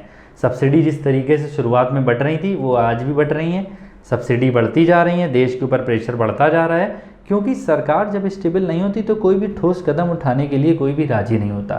जब कोई ठोस कदम नहीं होता तो बाहर से कोई भी पैसा नहीं लगाएगा आपके देश में, यानी कि कोई भी फॉरेन डायरेक्ट इन्वेस्टमेंट FDI या फॉरेन फंडिंग नहीं आती, जिसकी वजह से बहुत सारे रीज़न ऐसे बढ़ते हैं कि आपका इन्फ्लेशन बढ़ता जाता है और आपकी जो इकोनॉमी है वो चरमराने लगती है। आज की डेट में पाकिस्तान के जो हालात हैं उसमें अगर देखा जाए तो बहुत सारा हाथ चाइना का भी है। चाइना ने उसको बहुत ज़्यादा इंफ्रास्ट्रक्चर डेवलप करने के लिए क्या करा, बड़े बड़े टेंडर्स उठाए कि हम आपका एयरपोर्ट बनाएंगे, हम आपका ये कॉरिडोर बनाएंगे। बट उन कॉरिडोर और एयरपोर्ट बनाने में क्या हुआ, बहुत सारा धांधली हुई, बहुत सारा करप्शन हुआ। वहाँ के जो मिनिस्टर्स रहे उन्होंने अपनी अपनी जेबें भरी। हाँ जी। और आज की डेट में चाइना ने क्या करा, वो जितनी भी पोर्ट्स और जितने भी उन्होंने रोड्स इंफ्रास्ट्रक्चर बनाए हैं वो सब हाइपोथिकेट हैं आज की डेट में चाइना के पास। और उनके पास उनको क्या मिला, जर्जर व्यवस्थाएं मिली। तो जिसकी वजह से डे बाय डे जो हालात हैं और जो सिस्टम है वो सब खोखला होता गया। लोगों ने अपनी पॉकेट भरने की ज़्यादा कोशिश करी रेदर देन देश को आगे बढ़ाने की। मेजरली क्या है, जब तक किसी भी कंट्री में पॉलिटिकल इनस्टेबिलिटी रहती है तब तक वहाँ पे ग्रोथ नहीं आ सकती। और आज की डेट में आप देखो तो पाकिस्तान इसी वजह से जूझ रहा है। वहाँ पे ना ही ग्रोथ है, इन्फ्लेशन चरम सीमा पे है, उनके पास इतना भी फंड्स नहीं है कि वो अपने देश को सही से चला सकें। जो मूलभूत सुविधाएं हैं वही नहीं वो लोग दे पा रहे हैं। और रही बात इंडिया की, तो इंडिया हमेशा से ग्रोथ डेवलप्ड कंट्री रहा है। शुरुआत से यहाँ पे ग्रोथ पे ज़्यादा फोकस हुआ रेदर देन कि हमें टेरर पे फोकस करना है। ऑल्दो हमने अपना डिफेंस मजबूत किया। आज की डेट में अगर देखें तो हमारा जो बजट का 8% पैसा है वो हमारे डिफेंस को जाता है। हमने अपना डिफेंस मजबूत किया, बट उसके साथ हम लोगों ने बाकी जो दूसरी सुविधाएं हैं, जो हमारी ज़रूरी चीज़ें हैं, प्लस जो भारत को कैसे आगे बढ़ाया जाए, टेक्नोलॉजी से रिलेटेड हो गया, UPI से रिलेटेड हो गया या चंद्रयान से रिलेटेड हो गया, हमने हर जगह अपना फोकस किया और हर जगह हाथ फैलाया और हर जगह अपना झंडा गाड़ा है। ठीक है। अच्छा, फ्रीबीज का डिस्कशन हुआ, अभी आपने इसमें एक वर्ड लिया फ्रीबीज, इंडिया में बहुत पॉपुलर हो रहा है धीरे धीरे करके। कैसे देखते हैं इसे?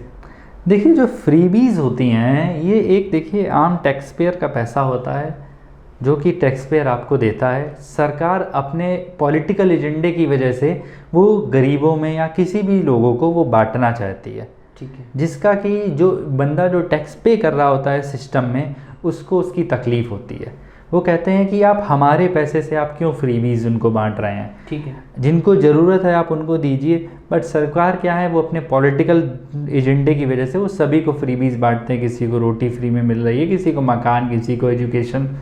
बट अगर इसकी सबकी कॉस्ट अगर उठाने को हो तो वही जो मैंने बताया कि ये मात्र 1% लोग पूरे भारत की कॉस्ट उठा रहे हैं। लोग हैं जो ये सारे टैक्स। तो फ्रीबीज को, अगर फ्रीबीज किसी भी पॉलिटिकल सिनेरियो में, किसी भी सिस्टम में अच्छा नहीं माना जाता है। फ्रीबीज हमेशा ही देश को एक तरीके से देखा जाए बुनियादी सुविधाएं थोड़ी देर के लिए दे देता है, बट उससे एक लॉन्गर पीरियड ऑफ टाइम में हमेशा हानि ही तो मान सकते हैं कोविड के बाद में फ्रीबीज सही था, बट अब गलत है। अब कोविड के समय तो लोगों को ज़रूरत थी, क्योंकि वो दूसरे के जा नहीं सकते थे, कमा नहीं सकते थे। जब आप मेहनत नहीं करेंगे तो आप कैसे कमा सकते हैं। तो कोविड के समय में तो वो एक ज़रूरत, नेसेसिटी बन गई थी। उस समय तो वाकई में बहुत ज़रूरी था। बट आज की डेट में फ्रीबीज़ को कम करना चाहिए, सब्सिडीज़ को कम करना चाहिए। सरकार को रेदर देन ग्रोथ के ऊपर ज़्यादा फोकस करना चाहिए। आप मांगते हैं फ्रीबीज़, ठीक है, मांगिए, पर तब तक मांगिए जब ज़रूरी है। बेसिकली ये है कि जब आप हो कि अभी इस वक्त दिक्कत है या समस्या है, जो कोविड के समय था, अभी फ्रीबीज़ को सपोर्ट ना करें। और देख लीजिए हमारे नेबर कंट्री पाकिस्तान की क्या हालत है, क्या हालत हो रखी है। इनकम टैक्स के बारे में बात करते, एक और बड़ी न्यूज़ वायरल होती है, बहुत टॉपिक डिस्कस किया जाता था कि बहुत बड़े ऐसे लोग हैं जिनकी नेटवर्थ बहुत है, पैसा बहुत है, कमाते भी बहुत हैं। जेफ बेजोस हो गए, एलन मस्क हो गए। ये बताते हैं कि ये टैक्स, जो कॉर्पोरेट टैक्स जो कंपनियां कमा रही है वो अलग टैक्स है, पर ये पर्सनल टैक्स जो आता है इनकम टैक्स में, ये ज़ीरो पे करते हैं या नहीं पे करते हैं, क्या होता है, ये क्या होता है इसका? बिल्कुल आपने सही कहा कि जो बड़े बड़े इन्वेस्टर्स हैं हमारे, इनके बाद में काफ़ी न्यूज़ ऐसी वायरल होती हैं कि ये लोग कोई भी टैक्स नहीं देते, जिसमें कि बहुत बड़ा नाम आता है जेफ बेजोस का, इलोन मस्क का, जो कि आज की डेट के सबसे अमीर आदमी हैं। ये कैसे टैक्स पे नहीं करते, आप बात समझिए। होता क्या है, इनकी कंपनीज़ के जो शेयर्स होते हैं वो मार्केट में फ्लोट में रहते हैं। ये लोग सैलरी के रूप में कोई भी पैसा नहीं लेते हैं। ओके। जितना भी इनको पैसा चाहिए होता है ये अपनी कंपनी में, तो ये अपने शेयर्स खरीदते रहते हैं। सपोज दैट अगर इनकी जो मतलब जो इन्होंने मेहनत करी उसकी वजह से इनकी सैलरी अगर 10 लाख की बनती है, 10 करोड़ की बनती है, तो उसके ये अपने पोर्टफोलियो में शेयर्स और ऐड करते रहते हैं कंपनी से। जब इनके पास शेयर्स बढ़ते रहते हैं तो जाहिर सी बात है, जब तक शेयर खरीदने पे तो कोई टैक्स पड़ता नहीं है, आपने सैलरी ली नहीं। अच्छा, अब इनके रोज़मर्रा की ज़िंदगी के खर्चे कैसे चलते हैं? जब शेयर्स ये ले लेते हैं तो इनके शेयर्स की धीरे धीरे वैल्यू बढ़ती रहती है। जब वैल्यू बढ़ती है तो उन शेयर्स को ये लोग गिरवी रख के बैंक से लोन ले लेते हैं। जब बैंक से लोन लेते हैं तो वहाँ पे इनकी जो रोज़मर्रा के खर्चे जो भी इनको थोड़ा बहुत चाहिए होता है वो अपना यूटिलाइज करके अपना बढ़िया ज़िंदगी ये लोग चलाते रहते हैं। तो ये लोन की ज़िंदगी जी रहे हैं, ये लोग लोन से पैसा जीते रहते हैं। अब दूसरी बात आती है कि भाई इतना पैसा लेकर आ जाएंगे, कभी ना कभी तो बेचेंगे। बिल्कुल सर। तो जाहिर सी बात है, आज से 3 साल पहले तक, मतलब 2018 में इंडिया में लॉन्ग टर्म कैपिटल गेन के ऊपर कोई भी टैक्स नहीं था। ओके। अगर आपको पता हो तो लॉन्ग टर्म कैपिटल गेन पे कोई टैक्स नहीं लगता था। बट अब इंडिया की सरकार में भी 10% का टैक्स लगता है लॉन्ग टर्म कैपिटल गेन पे। तो यानी कि एक साधारण व्यक्ति जहाँ 30% और 40% के टैक्स ब्रैकेट में जा रहा है, अगर आप लॉन्ग टर्म कैपिटल गेन जब ये अपने शेयर्स कभी बेचेंगे, जब पैसा आएगा, मतलब जब इन्हें पैसे की ज़रूरत होगी, तो ये मात्र 10% टैक्स दे के निकल जाएंगे। तो यही एक बेसिक रीज़न है जी, जो बड़े बड़े इन्वेस्टर्स हैं वो लोग टैक्स के ऊपर नहीं ज़्यादा फोकस रखते हैं। मुझे अभी भी थोड़ा सा वो हो रहा है कि जो जेफ बेजोस हैं या जो बड़े बड़े, क्या ये इंडिया में भी ऐसा ही है? हाँ बिल्कुल, और क्या। तो वो बेसिकली वो लोन की ज़िंदगी जी रहे हैं, वो अपने पैसे से कुछ खर्च नहीं कर रहे, वो उनका जितना भी इनकम है या जिनका देखिए इंडिया में ये इतना नहीं है। जैसे मुकेश अंबानी जी को आप ले लीजिए, अडानी जी को ले लीजिए, थोड़ी बहुत सैलरी विड्रॉ करते हैं as a part of remuneration from the company, ठीक है। बट हाँ, मेजरली इनका जो भी स्टेक रहता है, जो भी इनकी नेटवर्थ रहती है, वो सारी इनकी शेयर्स के रूप में रहती है। जैसे जैसे इनकी शेयर्स बढ़ते हैं वैसे वैसे इनकी नेटवर्थ बढ़ती जाती है। तो क्या ऐसा भी होता है कि इनके एम्प्लॉयज़ या जो सैलरी उठा रहे होंगे वो इनसे ज़्यादा टैक्स पे कर रहे होंगे? जेफ बेजोस का एम्प्लॉयज़ जेफ बेजोस से ज़्यादा टैक्स पे कर रहे होंगे? बिल्कुल ऐसा होता है, अक्सर ऐसा सिनेरियो आता है, जो कि इनके कंपनी के जो सीईओज वगैरह होते हैं उनकी जो सैलरी होती है वो बहुत ज़्यादा होती है। और अगर आप कंपेयर करेंगे इनकी, तो इनकी क्या नेटवर्थ बढ़ रही है। अक्सर हम लोगों ने ये एग्जांपल सुना है वॉरेन बफे जी के नाम से, उनके पास कोको कोला और एप्पल कंपनी के शेयर्स हैं। बिल्कुल सर। जो इनके टॉप मोस्ट जो कंपनी का जो सीईओ है, जितनी इनकम वो नहीं कमाता है, उससे ज़्यादा इनकी मात्र डिविडेंड से इनकम आती है उन कंपनियों से। तो आप सोच सकते हैं, इन्वेस्टमेंट सोचना और इन्वेस्टमेंट करना एक अलग अलग मैटर है।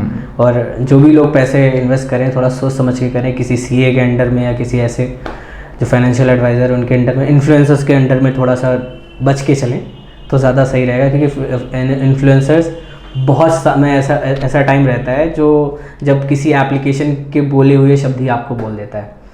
अच्छा सर, स्टार्टअप्स का जो फाइनेंस डिस्कस कर रहे हैं तो स्टार्टअप्स के बारे में बात करते हैं। स्टार्टअप्स लॉसेस में चलते हैं या लॉसेस दिखा के फंड उठा लेते हैं, या इन्वेस्टमेंट ये जो बार बार लेते रहते हैं? आज भी हमें पता 50 करोड़ रेस करे या 100 करोड़ या 2000 करोड़ 5000 करोड़, ये बहुत पैसा सुनने में आता है।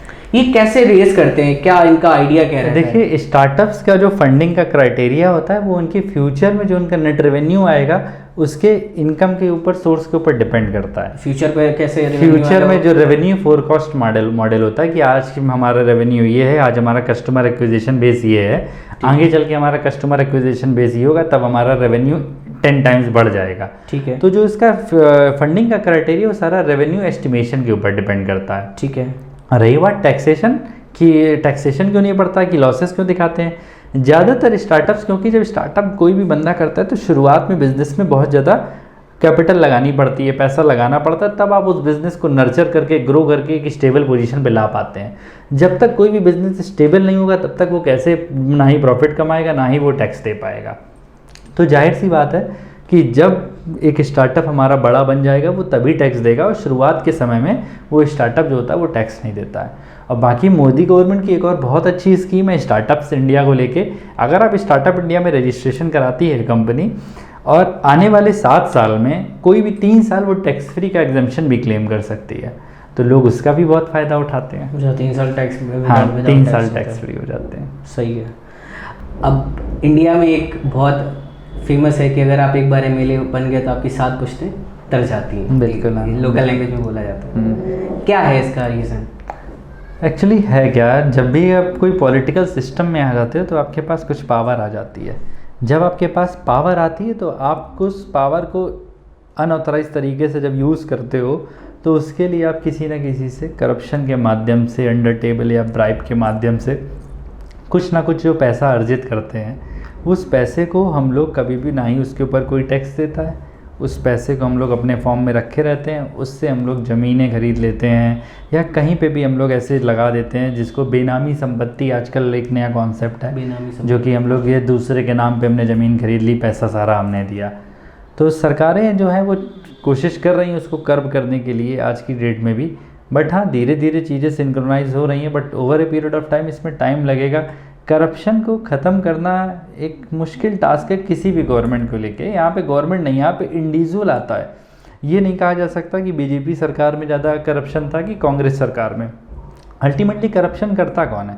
करप्शन उसके नेता या फिर जो कि ब्यूरोक्रेट्स होते हैं, जो कि किसी पॉलिटिकल पार्टी से नहीं बिलोंग करते, जिनका खुद का वजूद होता है, जिनका खुद का अहम होता है। यानी कि अगर आपको लगता है, अगर आप इतने ज़्यादा जागृत हैं तो आप अंडर टेबल यानी कि ब्राइब नहीं लेंगे, वहीं पे किसी को लगता है अरे बिना ब्राइब के तो मेरा घर ही नहीं चल सकता, या बिना ब्राइब के हम कैसे आगे बढ़ेंगे। तो यहाँ पे हर एक जो सिनेरियो रहता है वो अलग अलग इंडिविजुअल और ब्यूरोक्रेट्स के ऊपर, बेसिस के ऊपर डिपेंड रहता है। सर पर अभी भी मैं फिर से क्वेश्चन रिपीट करूँगा और थोड़ा फिर से पूछूँगा इसको करेक्ट करके, कि 10 में से 9 पॉलिटिशियन, ये शायद इससे ज़्यादा भी आंकड़ा हो सकता है, अगर 100 में से जो बोले तो हो सकता है 90-95 पॉलिटिशियन एमएलए एमपी बनने के बाद वो अमीर हो जाता है।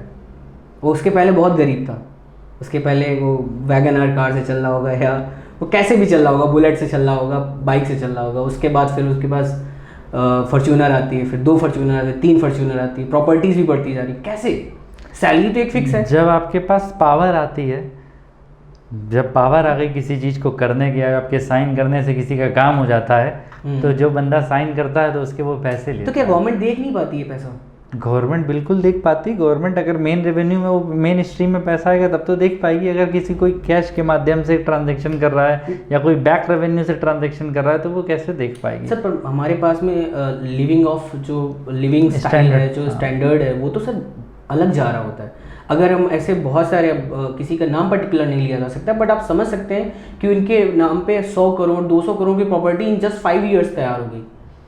तो हम बिल्कुल जान के, या गवर्नमेंट जान के अनदेखा कर देती है कि भाई एक बंदे के पास में आज 200 करोड़ की प्रॉपर्टी तैयार हो गई और 5 साल पहले ये देश सेवा में आए थे। तो ये कौन सी सेवा है जिससे 200 करोड़ तैयार हो गए? देखिए, आपका क्वेश्चन बिल्कुल सही है जी। 200 करोड़ रुपए की प्रॉपर्टी एक एमएलए अपने 5 साल के पीरियड के दौरान बना लेता है, बट इसमें हम लोग इस बात पे नहीं जा सकते कि कौन कितना करप्शन से बना रहा है, कौन कितना लेजिबल तरीके से बना रहा है, यानी कि लीगल तरीके से बना रहा है। अगर कोई बंदा जेन्युइन है, वो टैक्स दे के वो प्रॉपर्टी बना रहा है, तो आप क्यों उसके ऊपर क्वेश्चन कर रहे हैं? पहली चीज़ ये चीज़ आपको कैसे पता कि वो टैक्स नहीं दे रहा है, और ये भी चीज़ आपको कैसे पता कि वो करप्शन के बेसिस पे ही आगे बढ़ रहा है? तो ये चीज़ गवर्नमेंट का काम है। गवर्नमेंट के पास डिफरेंट मैकेनिज्म है, इनकम टैक्स का विभाग है, ईडी का विभाग है, बहुत सारे विभाग हैं जिसके तरीके से काम करता है कि वहाँ भी पावर सिस्टम लग जाता है। अब ये कहा नहीं जा सकता। बाकी आप खुद अगर सरकार में होते तो आप खुद बताएं, अगर आपका कोई मंत्री पकड़ा जाता तो आप बायसनेस दिखाते कि नहीं? इसको खुल के नहीं बोला जा सकता कि क्या बायसनेस होती है, क्या नहीं होती। अगर जब तक कांग्रेस की सरकार रही तब तक रॉबर्ट वाड्रा नहीं पकड़ेगा, जब कांग्रेस की सरकार नहीं रही तभी क्यों पकड़ेगा?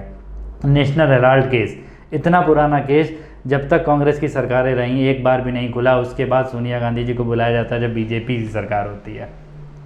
अगर आप बात करें लालू प्रसाद यादव जी का चारा घोटाले का केस, पूरे जब तक उनकी सरकार रहती, जब तक वो रेल मंत्री रहते, तब तक वो केस नहीं खुलता है। जब उनकी सरकारें चली जाती तब वो केस क्यों खुलता और तब वो जेल क्यों जाते हैं? तो तो ये सवाल के जवाब सारे ही हम लोग को पता हैं, ऐसा नहीं कि नहीं पता है, बट इसको जो चीज़ें गुप्त हैं वो गुप्त ही रहनी चाहिए। कुछ चीज़ों को हम जान के भी अनदेखा कर देते हैं, ऐसे कुछ गवर्नमेंट्स भी अनदेखा कर देती हैं। अब वो एक इंडिविजुअल, जो सर ने बताया कि इंडिविजुअल टॉपिक हो सकता है। अच्छा, एक चीज़ और, इसमें एक नया उसको क्या रोज़गार बोल सकते हैं, वो पावर ब्रोकिंग बताई गई। आपने थोड़ा डिस्कस किया और हल्का सा छू के निकल गया। पावर ब्रोकिंग क्या इंडिया में चल रही है? Power broking, power broking means कि हम अगर पावर लगाते हैं, हम पावर से, जो आपने बताया कि सिग्नेचर कर दिया और साइन करके पैसे आ गए, तो ये पावर सिस्टम होता है। हमने आपका कनेक्शन बना दिया और उसके हमने पैसे ले लिए। हमने आप एक प्रोजेक्ट लॉन्च करना चाहते हैं और हम एक कैबिनेट मिनिस्टर को जानते हैं जिसकी मेरी डायरेक्ट पहचान है, तो हमने कनेक्ट कर दिया और उसका हमने पैसा चार्ज किया। ये भी एक रोज़गार आज के समय में इसको हम लोग नेटवर्किंग कहते हैं देसी माध्यम में। अगर आपका नेटवर्क है किसी के साथ और आप अगर उनके साथ काम कराते हो तो आपको बीच का कमीशन या ब्रोकिंग मिल जाती है। ये आज क्या, ये जन्मों जन्मांतर से चल रहा है। जब देश हमारा नहीं था तब भी चल रहा था, और जब देश हमारा आज़ाद हुआ उसके बाद भी चल रहा है, और ये चलता रहेगा। तो इसे अवॉइड करने का कोई तरीका नहीं है? आप कैसे अवॉइड कर सकते हैं, आप बताइए। अगर कोई हमने आपको मिला दी, हमने पहले ही सेटिंग कर ली कि हम आपको आपसे मिलाने का 2% का चार्ज करेंगे, जो भी आप लोग की डील होगी, डील का सारा पैसा कैश में आ रहा है या सपोज दैट कोई ऐसी फॉर्म में आ रहा है जिसको कि नहीं गिना जा सकता, जो कि अनअकाउंटेड मनी है, तो उसको आप कैसे रोक सकते हैं?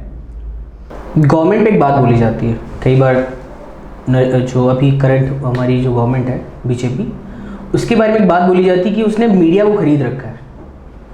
और सबसे पहले तो मीडिया के जो अर्निंग मॉडल्स होते हैं वो क्या होते हैं, वो कैसे पैसे कमाते हैं, वो कैसे पैसा मार्केट से लेते हैं। और अभी जो एक करंट गवर्नमेंट में जो हमारे एक दाग लगाया जाता है कि मीडिया सारी बिकी हुई है, तो क्या मीडिया को अपोजिशन वाले नहीं खरीद सकते?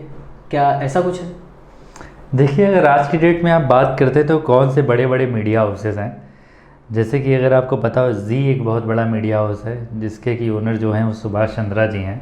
वो कौन से पॉलिटिकल ग्रुप से ताल्लुक़ रखते हैं ये हमें आपको बताने की ज़रूरत नहीं, वो राज्यसभा से सांसद हैं। सांसद। इसके अलावा जो सेकंड मीडिया हाउस है जो कि अभी रिसेंटली मतलब बिका हुआ है, दैट इज़ बिका हुआ का मतलब ये रिसेंटली उसका सेल हुआ था, दैट इज़ एनडीटीवी।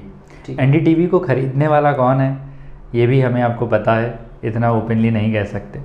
बाकी के जितने भी मीडिया हाउसेज हैं उनका जो मेजर रेवेन्यू जो आपने पूछा वो ज़्यादातर एडवर्टाइजमेंट से ही होता है। बट हाँ, अगर कोई भी पब्लिक है, कोई भी बंदा है, वो अगर चाहता है कि हमारा इतनी देर का इतना स्टेटमेंट चढ़े या इतनी देर के लिए हम इतने देर में लाइमलाइट में रहें या हमारा जो भी एजेंडा है इसको फोकस में आया जाए, जिसको कि हर एक गवर्नमेंट हाउस अपनी अपनी तरीके से कैप्चर करता है। अगर हम लोग बात करें आम आदमी पार्टी की, हमारे यूपी में, पंजाब में क्या हो रहा है रोज़ बड़े बड़े पेपर्स में आता है। तो अगर आप कहें क्या मीडिया ने मीडिया को कैप्चर कर लिया, नहीं जी, उन्होंने ख़रीदा हुआ है। पहला जो फ्रंट पेज है कोई भी खरीद सकता है, हम भी खरीद सकते हैं, आप भी खरीद सकते हैं। उसी तरीके से आम आदमी पार्टी ने खरीदा कि हमारी पंजाब में जो भी कैंपेन चल रहा है उसको आप यूपी में भी दिखाइए। जो दिल्ली के कैंपेन है वो भी कभी कभार हमारे यहाँ फ्रंट के न्यूज़पेपर्स में आते हैं, तो वो भी दिखाए जाते हैं। आंध्र प्रदेश में जो चल रहे हैं वहाँ के लीडर भी कभी कभार ऑल ओवर इंडिया में सर्कुलेट करते हैं कि आंध्र प्रदेश में क्या चल रहा है। तो कोई भी खरीद सकता है। ये सारे एक्चुअली प्राइवेट मीडिया हाउसेज हैं और ये सारे पैसे के लिए ही काम कर सकते हैं। कोई ऐसा नहीं ये समाज सेवा करना चाहता है। तो जो भी बंदा अपना पैसा लगाएगा इनमें, या जो भी बंदा अपना एडवर्टीज़मेंट के रूप में चाहे पैसा लगा दे, चाहे आप डायरेक्टली बोल के पैसा लगा दे कि हमें इतनी देर की ये क्लिप चाहिए, तो उतना देर ये लोग दिखाते हैं। अब ये आपके विवेक के ऊपर डिपेंड करता है कि ये आप कैसे समझ पाएँ कि कौन कितना सत्य बोल रहा है या कौन कितना पार्शियल तरीके से बोल रहा है। ठीक है। अच्छा, एक इसी क्वेश्चन को आगे इसमें ऐड ऑन करते हैं कि अभी जो गवर्नमेंट पे बात बोली जाती है कि मीडिया बिका हुआ है। अब मीडिया चलो बिका हुआ है, तो क्या अपोजिशन वाले मीडिया हाउसेस को नहीं खरीद सकते? यही तो मैंने अभी एक्सप्लेन किया कि अपोजिशन वाले भी खरीद सकते हैं।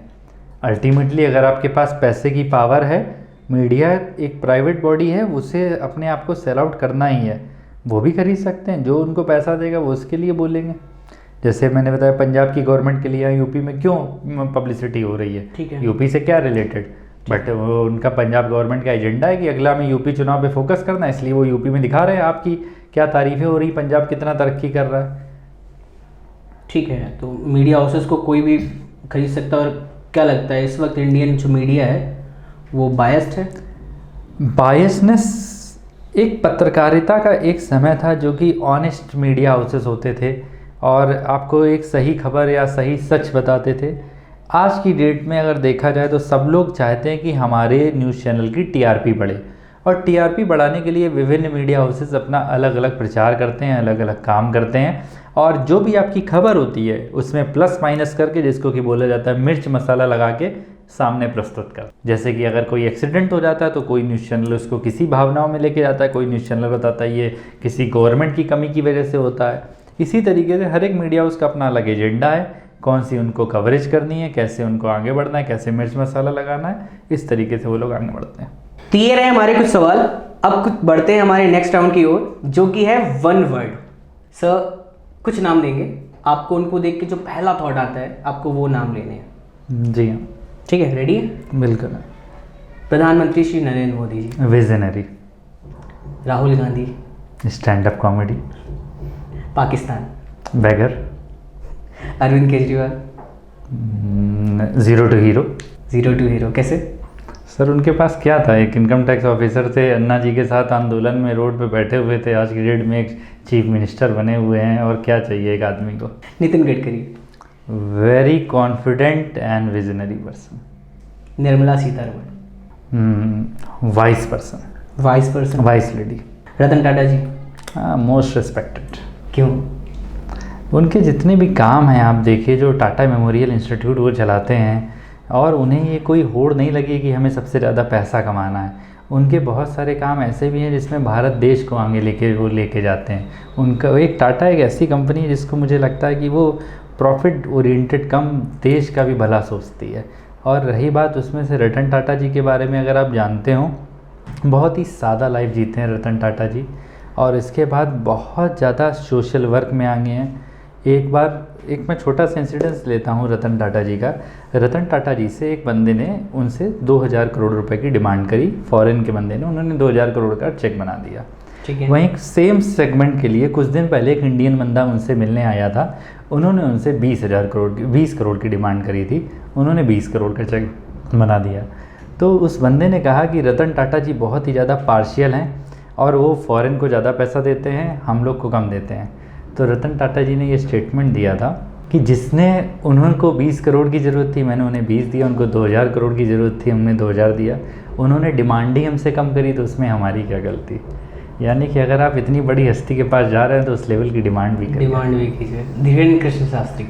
हाँ, गॉड गिफ्टेड। इसको एक्सप्लेन कीजिए, गॉड गिफ्टेड कैसे?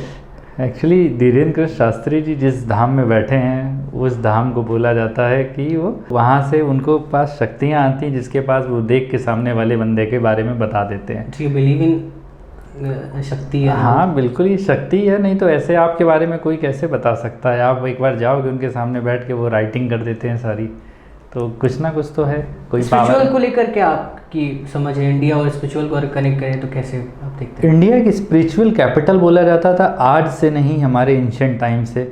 बहुत सारे ऐसे रिलीजन है जहाँ पे जिसका बेस इंडिया है। आप बुद्धिज़्म देख लीजिए, जैनिज़्म देख लीजिए, आप हिंदू कल्चर देख लीजिए।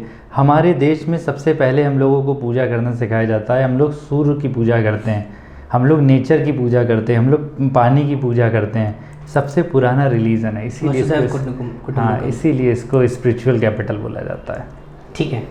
India developing. डेवलप्ड अभी नहीं है। डेवलप्ड अभी नहीं, बहुत समय अभी। ठीक है, ये वन वर्ड था। वन वर्ड के बाद में अभी हम नेक्स्ट राउंड पर चलते हैं, जो कि है रैपिड फायर राउंड। सवाल पूछे जाएंगे, आपको उसमें से जवाब देने होंगे, वो भी बहुत ही क्विक। ऐसी कौन सी 3 मूवीज़ है जो आप देखना पसंद करते हैं, आपको अच्छी लगी? कारगिल, शेरशाह, मोहब्बतें। तो ये फाइनेंशियल से रिलेटेड मूवीज़? बिल्कुल भी नहीं। ऐसी 3 बुक्स जो आप लोगों को रिकमेंड करना चाहें? Think and grow rich, the power of unconscious mind, rich dad poor dad. 3 favourite travel destination ऐसी जहाँ आप घूमना पसंद करते हैं? इंडिया में, इंडिया के बाहर कहीं भी? ग्रीस, बाली और लॉस एंजलिस। इंडिया में? इंडिया में हिमाचल प्रदेश, हिमाचल प्रदेश में एक जगह है खजियार, बहुत खूबसूरत जगह, केरल, गोवा। आपके 3 ऐसे फेवरेट लोग जिनको आप फॉलो करते हो कि ड्रीम है ऐसे लोग होने चाहिए? हाँ डेफिनेटली, मैं अपने फादर को बहुत फॉलो करता हूँ। इसके अलावा मैं अपनी जिस सेगमेंट से बिलोंग करता हूँ मैं अपने गुरु को बहुत फॉलो करता हूँ। इसके बाद जिस मतलब मैं आदमी को देखता हूँ दैट इज़ मुकेश अंबानी जी। अगर आप सीए ना होते तो ऐसे कौन से 3 प्रोफेशंस होते हैं जिसमें आप जाना चाहते? Number 1 doctor, number 2 software engineer, number 3 MBA। के बाद वाला जो राउंड है वो बहुत इंटरेस्टिंग है, that is stuck in a situation, जिसमें हम इनको एक सिचुएशन देंगे और वहाँ पे इनको परफॉर्म करना होगा। ठीक है सर, रेडी है? बिल्कुल बिल्कुल रेडी है। अच्छा सर, अगर आपको आज पाकिस्तान का पीएम बना दिया जाए तो आप पहला डिसीजन क्या लेंगे? देखिए, पाकिस्तान के पीएम बनने के बाद वहाँ पे जो सबसे बड़ी समस्या है इन्फ्लेशन, पॉवर्टी, इंफ्रास्ट्रक्चर, धीरे धीरे करके कैसे वहाँ पे कैपिटल लाई जाए, कैसे वहाँ का जो फाइनेंशियल मॉडल है उसको बदला जाए, इस पे जिसका सबसे मूलभूत सिद्धांत होता है वहाँ के पब्लिक से। अगर हम वहाँ की पब्लिक को एम्प्लॉय करें, जाहिर सी बात है इंफ्रास्ट्रक्चर से ही एम्प्लॉयमेंट आती है, वहाँ की पब्लिक को एम्प्लॉय करके वहाँ पे जितना भी डेवलपमेंट हो रहा है उसको सिंक्रोनाइज करके, वहाँ पे जो करप्शन और प्लस उसका टेरर फंडिंग है या फिर टेररिज्म है उसको हटा के एक पाकिस्तान को एक नया रोल मॉडल की तरह देश के सामने मतलब पूरी दुनिया में विकसित करना चाहिए कि हम एक डेवलपिंग कंट्री और हम भी आने वाले समय में दूसरों से compete करना चाहते हैं, ना कि मैं अपनी ही प्रॉब्लम में जल बुझ के मरना चाहते हैं। पर सर अभी भी जो आप सवाल जवाब दे रहे हैं, आप ये भी समझिए कि वहाँ पे गवर्नमेंट जो अंडर में आती है वो आर्मी के अंडर में आती है, आर्मी से ज़्यादा इन्फ्लुएंस रहती है। तो सर आप वहाँ पे इंडिपेंडेंटली वर्क कर पाएंगे या नहीं कर पाएंगे, या डिसीजन पहला ऐसा क्या लेंगे कि हमें गवर्नमेंट को अलग करना है और डिफेंस को अलग करना है? जैसे बोला जाता है एक म्यान में 2 तलवारें नहीं रह सकती, उसी भी एक देश में 2 पावर एक साथ नहीं रह सकती। अगर आपके पास 2 पावर होंगी तो जाहिर सी बात है वहाँ पे डिफरेंशिएशन बढ़ जाएंगे।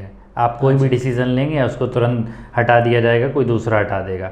तो अगर आप वाकई में चाहते हैं किसी चीज़ को लेके आगे बढ़ना तो आपके पास अनडिसिसिव पावर होनी चाहिए जिसको कोई रिस्ट्रिक्ट ना कर सके, प्लस आपके पास इतना विजन होना चाहिए कि जो आप स्टेप ले रहे हो बिल्कुल सही ले रहे हो, उसको लेके आगे बढ़ सको। हमारी देश की जो कैपिटल है दिल्ली में कॉन्फ्लिक्ट रहते हैं एलजी और सीएम के बीच में। हाँ, कि वो डिसीजन लेने नहीं देते और वो करने नहीं देते। अगर आप देश के पीएम बन जाए तो सबसे पहले आप इस मुद्दे पे क्या डिसीजन लेंगे जो है करंट वही चलने देंगे? देखिए, दिल्ली क्योंकि देश की कैपिटल है तो वहाँ पे बहुत सारी चीज़ें देखी जाती हैं। वहाँ की सुरक्षा का एक सबसे बड़ा विषय है जिसकी वजह से वहाँ पे जो लेफ्टिनेंट गवर्नर जी हैं हमारे, वो मतलब किसी भी समय पे कोई भी पावर अपनी एक्सरसाइज कर सकते हैं। ठीक है। अगर हम वहीं पे पॉलिटिकल एजेंडे को देखें तो पॉलिटिकल एजेंडे का काम होता है वहाँ की जनता को ओके करना, वहाँ के सिस्टम्स को चलाना, प्रॉपर एजुकेशन देना, हेल्थ इंफ्रास्ट्रक्चर देना। ठीक है। तो अगर मैं पीएम होता मैं कहता कि आप दोनों लोगों के काम ऑलरेडी डिवाइडेड हैं और आप अपनी अपनी पावर को सिंक्रोनाइज करें, अपनी अपनी पावर्स को यूटिलाइज करें, एक दूसरे के काम में हस्तक्षेप ना करें। कि अभी अगर आपको देश का प्रधानमंत्री बना दिया गया और वो ऐसा कौन सा पहला डिसीजन होगा जो लेंगे जो अभी भी लगता है कि इस गवर्नमेंट ने अभी तक नहीं लिया और ले लेना चाहिए था? देखिए, पहले तो ये बहुत बड़ी बात है देश का प्रधानमंत्री बनना। When there is a huge power there comes a very huge responsibility. बिल्कुल सर। बट बहुत क्योंकि उस पद के लिए बहुत विवेक चाहिए, बहुत कुछ चाहिए। मैं नहीं समझता कि मैं इस पद के लिए काबिल हूँ, बट फिर भी जो क्वेश्चन आपने किया उसको मैं इस तरीके से कह सकता हूँ। मैं अपनी फील्ड के बारे में पावर रखता हूँ और एक्सपर्ट हूँ, तो मैं तो यही कहता कि सबसे पहले इनकम टैक्स को अगर हम लोग एबॉलिश कर सकें तो इनकम टैक्स को एबॉलिश कर देते, जिसकी कि सारी जो जनता है हमारी वो खुशी से झूमती, और प्लस जो इनकम टैक्स का जो बर्डन है वो किसी के ऊपर ना आता। जब इनकम टैक्स का बर्डन नहीं आता तो सब लोग खुल के पैसा अपना लगाते। इंडिया में 2 इकोनॉमी फ्लो करती हैं, एक ब्लैक की और एक वाइट की। यानी कि ब्लैक का मतलब जहाँ पे करप्शन से इन्वॉल्व है, जो कि विदाउट टैक्स पेड पैसा है, और एक क्या है जहाँ पे टैक्स पेड पैसा है। तब दोनों इकोनॉमी मिल जाती तो आप सोच नहीं सकते थे जिस देश की जो आर्थिक रफ्तार है वो कितने गुना बढ़ सकती। तो सर हम आपको 3 रील्स दिखाएंगे, आपको उस रील्स को देखने के बाद आपके दिमाग में क्या आता है आपको वो बताना है। ठीक है सर? जो टैक्स पेयर है ना वो चैरिटी कर रहा है देश में, उसको कोई बेनिफिट नहीं मिल रहा है। आप मेरे को एक बात बताओ ना, जब आपको पता है कि मैं 10 रुपए कमाऊंगा और 4 रुपए सरकार रख लेगी, 12 महीने में से 5 महीने आप सरकार के लिए काम कर रहे हो। अब आप अपनी जिंदगी में देख लो कितने साल आपने सरकार की गुलामी करनी है, किसकी बात की, किसके लिए कमा रहे हो? उसके बाद 7 महीने में से ही आपको अपना निकालना है, चाहे वो एजुकेशन हो गई, चाहे आपको घूमने जाना है, 5 महीने तो स्वाहा हो गए। और हम सब एक्सेप्ट करके बैठे, हाँ जी है ऐसे ही है जी। जो बिजनेस वाला है उसको भी ये बात चमकती है, परेशान है, वो नहीं देता टैक्स, आपके पास ऑप्शन ही नहीं है, आपको तो टीडीएस कट के आएगा जी। तो tax it's a punishment, it's not a tax. On top of this you are paying 18% GST, तो 7 महीने में से और 1.5 महीना गया, तो मतलब जी किसके ले रहे हो? क्या बोलना चाहेंगे इस पे? ये बात सही है कि इंडिया में टैक्स बहुत ज़्यादा लगता है, और आप 4 महीने के लिए, जो ऐसा अश्नील ग्रोवर जी बोल रहे हैं कि आप 6 महीने तक गवर्नमेंट के लिए काम करते हो, 6 महीने आप अपने लिए काम करते हो। लगभग सिनेरियो कुछ ऐसा है कि 18% जीएसटी लगने के बाद हाँ काफ़ी हम लोग से टैक्स के बारे में चला जाता है। बट फिर भी अगर हम लोग देखते हैं तो over a period of time India में जो टैक्स का बेस है ना लोगों का, वो बहुत कम है। मात्र 1% लोग टैक्स देते हैं, इसलिए ये ऐसी चीज़ है। अगर गवर्नमेंट आज की डेट में हमारा टैक्सेशन का बेस बढ़ा ले, जिसमें कि 1 करोड़ की जगह अगर मान के चलिए 10 करोड़ लोग भी आ जाएं 140 करोड़ की पॉपुलेशन में, तो भी आप सोच रहे हैं अगर लोग थोड़ा थोड़ा भी देंगे 10 करोड़ लोग, तो एक बड़ा अमाउंट हो जाएगा। इंडिया के पास क्या बेस बहुत कम है, उसी से हम लोगों को सारी चीज़ें करानी है। इसलिए ये सिनेरियो आ रहा है कि हाँ जो सैलरीड क्लास पीपल हैं, जिसमें कि 50% सरकार टैक्स ले लेती है, 18% जीएसटी मिला के, प्लस एक तरीके से 30% जो टैक्स लगता है, तो थोड़ा सही है। बट हाँ अगर जैसे कि सरकार अगर फोकस करे अपना बेस बढ़ाने के लिए, अगर हमारा नंबर ऑफ पीपल जिस दिन इस देश में बढ़ जाएंगे टैक्स देने वाले, या तो लिटरेसी के तहत या फाइनेंशियल सिस्टम कुछ ऐसा करा जाए, कुछ चेंजेस करे जाएँ, तो उस दिन ये जो प्रॉब्लम है ये वाकई में ख़त्म हो जाएगी, और हमारा जो टैक्स का रेट है वो भी लोअर डाउन हो जाएगा, स्लैश हो जाएगा। ठीक है, दूसरी रील देखते हैं। इतनी कठिन परिस्थितियों में पिछले साल कई लोग कहते थे कि अब तो शायद बिजली की सब्सिडी खत्म करनी पड़ेगी इन लोगों को। पूरा पिछले साल भी बिजली भी फ्री रही, पानी भी फ्री रहा, बच्चों का स्कूल भी फ्री रहा, सारे सरकारी अस्पतालों में इलाज भी फ्री रहा, और महिलाओं का बस में सफ़र भी फ्री रहा। और आने वाले साल में बिजली भी फ्री है, पानी भी फ्री है, अस्पताल भी फ्री है, और बसों में महिलाओं का सफ़र भी फ्री है। देखिए जो फ्रीबीज का मामला है, जिन लोगों को मिलता है वो लोग खुश रहते हैं, और जिनकी जेब से जाता है उनको दुख होता है। ठीक है, बट फ्रीबीज जितनी भी होती हैं वो एक सिस्टम के लिए, एक सरकार के लिए पॉलिटिकल एजेंडा नहीं होना चाहिए किसी भी गवर्नमेंट के लिए। अगर किसी को ज़रूरत है फ्रीबीज की तो आप उनको वो सुविधाएं दीजिए, जिनको ज़रूरत नहीं है वो भी अगर फ्रीबीज का लाभ उठाएंगे तो उससे देश कहीं ना कहीं कमज़ोर होगा सर। ठीक है, तीसरी रील दिखाते हैं। ऑनलाइन गेमिंग खेलने वालों, अब आपको भी टैक्स देना पड़ेगा, वो भी पूरे 30%। वित्त मंत्री निर्मला सीतारमण ने कल संसद में आम बजट पेश करते हुए कहा कि ऑनलाइन गेमिंग से होने वाली कमाई या आपकी जीती हुई राशि पर 30% टैक्स लगाया जा रहा है। साथ ही सरकार ने टीडीएस पर 10,000 रुपए की मौजूदा सीमा को खत्म करने की बात भी कही है। बजट में ऑनलाइन गेमिंग पर टीडीएस के लिए 2 नए प्रावधानों को लाने का प्रस्ताव है। इनमें एक वित्त वर्ष में कुल जीती हुई राशि के भुगतान पर 30% टैक्स, और टीडीएस लगाने के लिए 10,000 रुपए की मौजूदा सीमा को हटाने का प्रावधान है। अगर यूजर अपने अकाउंट से पैसा नहीं निकालता है तो साल के आखिर में सोर्स पर टैक्स कट जाएगा। वैसे भारत में ऑनलाइन गेमिंग सेक्टर में साल 2025 तक कमाई बढ़कर 40,000 करोड़ तक पहुंचने की उम्मीद है। देखिए जो ऑनलाइन गेमिंग के ऊपर जो टैक्स लगाने की बात कही है वो भी 30% की, तो ये एक तरीके से आप देखिए तो ये सही भी है, क्योंकि ऑनलाइन गेमिंग का बहुत ज़्यादा माध्यम, बहुत ज़्यादा लोग बढ़ते जा रहे हैं, यूज़र बेस, जो कि इससे गेम से चिपक के अपने जो पैसे का है उसको हानि कर रहे हैं। होता क्या है, ये सारे एक तरीके से ऑक्शनेबल क्लेम के रूप में आते हैं, जिसके ऊपर अब जीएसटी भी लगने की बात हो गई है। जीएसटी भी अब इनके ऊपर 28% लगेगा। इससे वो इंडस्ट्री जो है, इंडस्ट्री कमज़ोर होती है। अब होता क्या है, over a period of time आपने सरकारें, आपने देश में कोई कंपनी आती है, वो ऑनलाइन गेम का पूरा बिज़नेस डेवलप करती है। उस बिज़नेस डेवलप करने के बाद वो बाहर से फंडिंग लेके आती है कि भारत में 130 करोड़ के 140 करोड़ के लोग हैं, उसमें हम लोग इतनी ज़्यादा ऑनलाइन गेमिंग इंडस्ट्री बढ़ सकती है। एकदम से सरकार आती है, उसके ऊपर टैक्स लगा के उस इंडस्ट्री को चकनाचूर करने में हरकत कर देती। इससे इंडस्ट्री भी खतरे में आती है, जो उसने एम्प्लॉयमेंट जनरेट किया वो भी खतरे में आता है, प्लस जो फॉरेन बंदे ने जिसने पैसा लगाया होगा, क्योंकि अब जिस रेट से वो सेक्टर बढ़ रहा था उस रेट से तो नहीं बढ़ेगा, जिसने स्टार्टअप में फंडिंग में इन्वेस्ट कर दी फॉरेन वाले में। तो क्या है, अगर किसी भी देश को आगे बढ़ना है तो उसकी शुरुआत से लेके अभी तक जो व्यवस्थाएं हैं, जो टैक्स का सिस्टम है, वो एक जैसा होना चाहिए, जी। असमानताएं नहीं होनी चाहिए। इससे देश आगे बढ़ेगा। अगर बहुत ज़्यादा अप्स एंड डाउन आप लोग करेंगे, यानी कि कोई भी फाइनेंशियल मॉडल या कोई भी गवर्नमेंट करेगी, तो अनस्टेबिलिटी आती है। अगली बार से जब फॉरेन का कोई भी बंदा पैसा लगाएगा किसी भी ऐसे सेक्टर में जो कोई नया डेवलप हो रहा होगा, तो वो 10 बार सोचेगा कि यार तो आपकी सरकार ने पिछली बार क्या करा था, 30% का टैक्स लगा दिया, फिर 28% GST भी लगा दिया, तो इससे वो डरेगा। तो ये रही कन्वर्सेशन हमारी पैसे पे। हमारे गेस्ट थे आज शिवम सिंह जी, जो कि CA से हैं, पेशे से CA हैं और कई सारे बिजनेसेस में वर्क कर रहे हैं और बहुत सारे बिजनेस का कंसल्टेंसी देखते हैं। तो sir thank you so much, आपने हमें अपना समय दिया और काफ़ी ज़्यादा हमने समय लिया, पर एक हेल्दी कन्वर्सेशन रही। आई होप कि सबको भी बेनिफिट मिला हो, सारे बिजनेस ओनर्स को भी बेनिफिट मिला हो, और जो ज़रूरी एस्पेक्ट हैं जो डिस्कस होने चाहिए, जो देश के बारे में और देश को आगे तरक्की के बारे में डिस्कस होने चाहिए, हमने वो डिस्कस करने की कोशिश करी।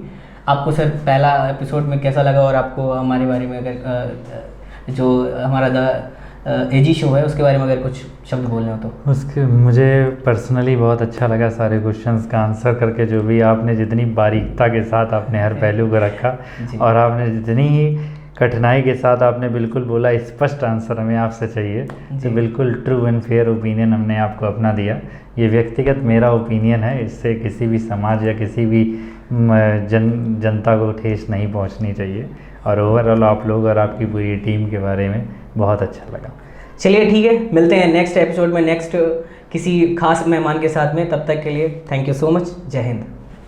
रेड मिल बिजनेस मॉल के साथ आप 50 से भी ज्यादा बैंक के साथ ऑथोराइज्ड पार्टनर बन करके अपने कस्टमर को देते हैं A to Z banking services, जैसे आधार, ATM, micro ATM, account opening, credit card, fix deposit के साथ साथ 35 से ज्यादा और सर्विसेज। रेड मिल के साथ देश भर के शहरों, कस्बों और गांवों से लेकर दुकानदार, जॉब सीकर, युवा, व्यापारी अपनी दुकान, ऑफिस या घर से काम करके हजारों रुपए कमा रहे हैं। तो अब आप इंतजार ना करें और कमाने का सही रास्ता चुनें। रेड मिल बिजनेस मॉल ऐप को अभी डाउनलोड करें।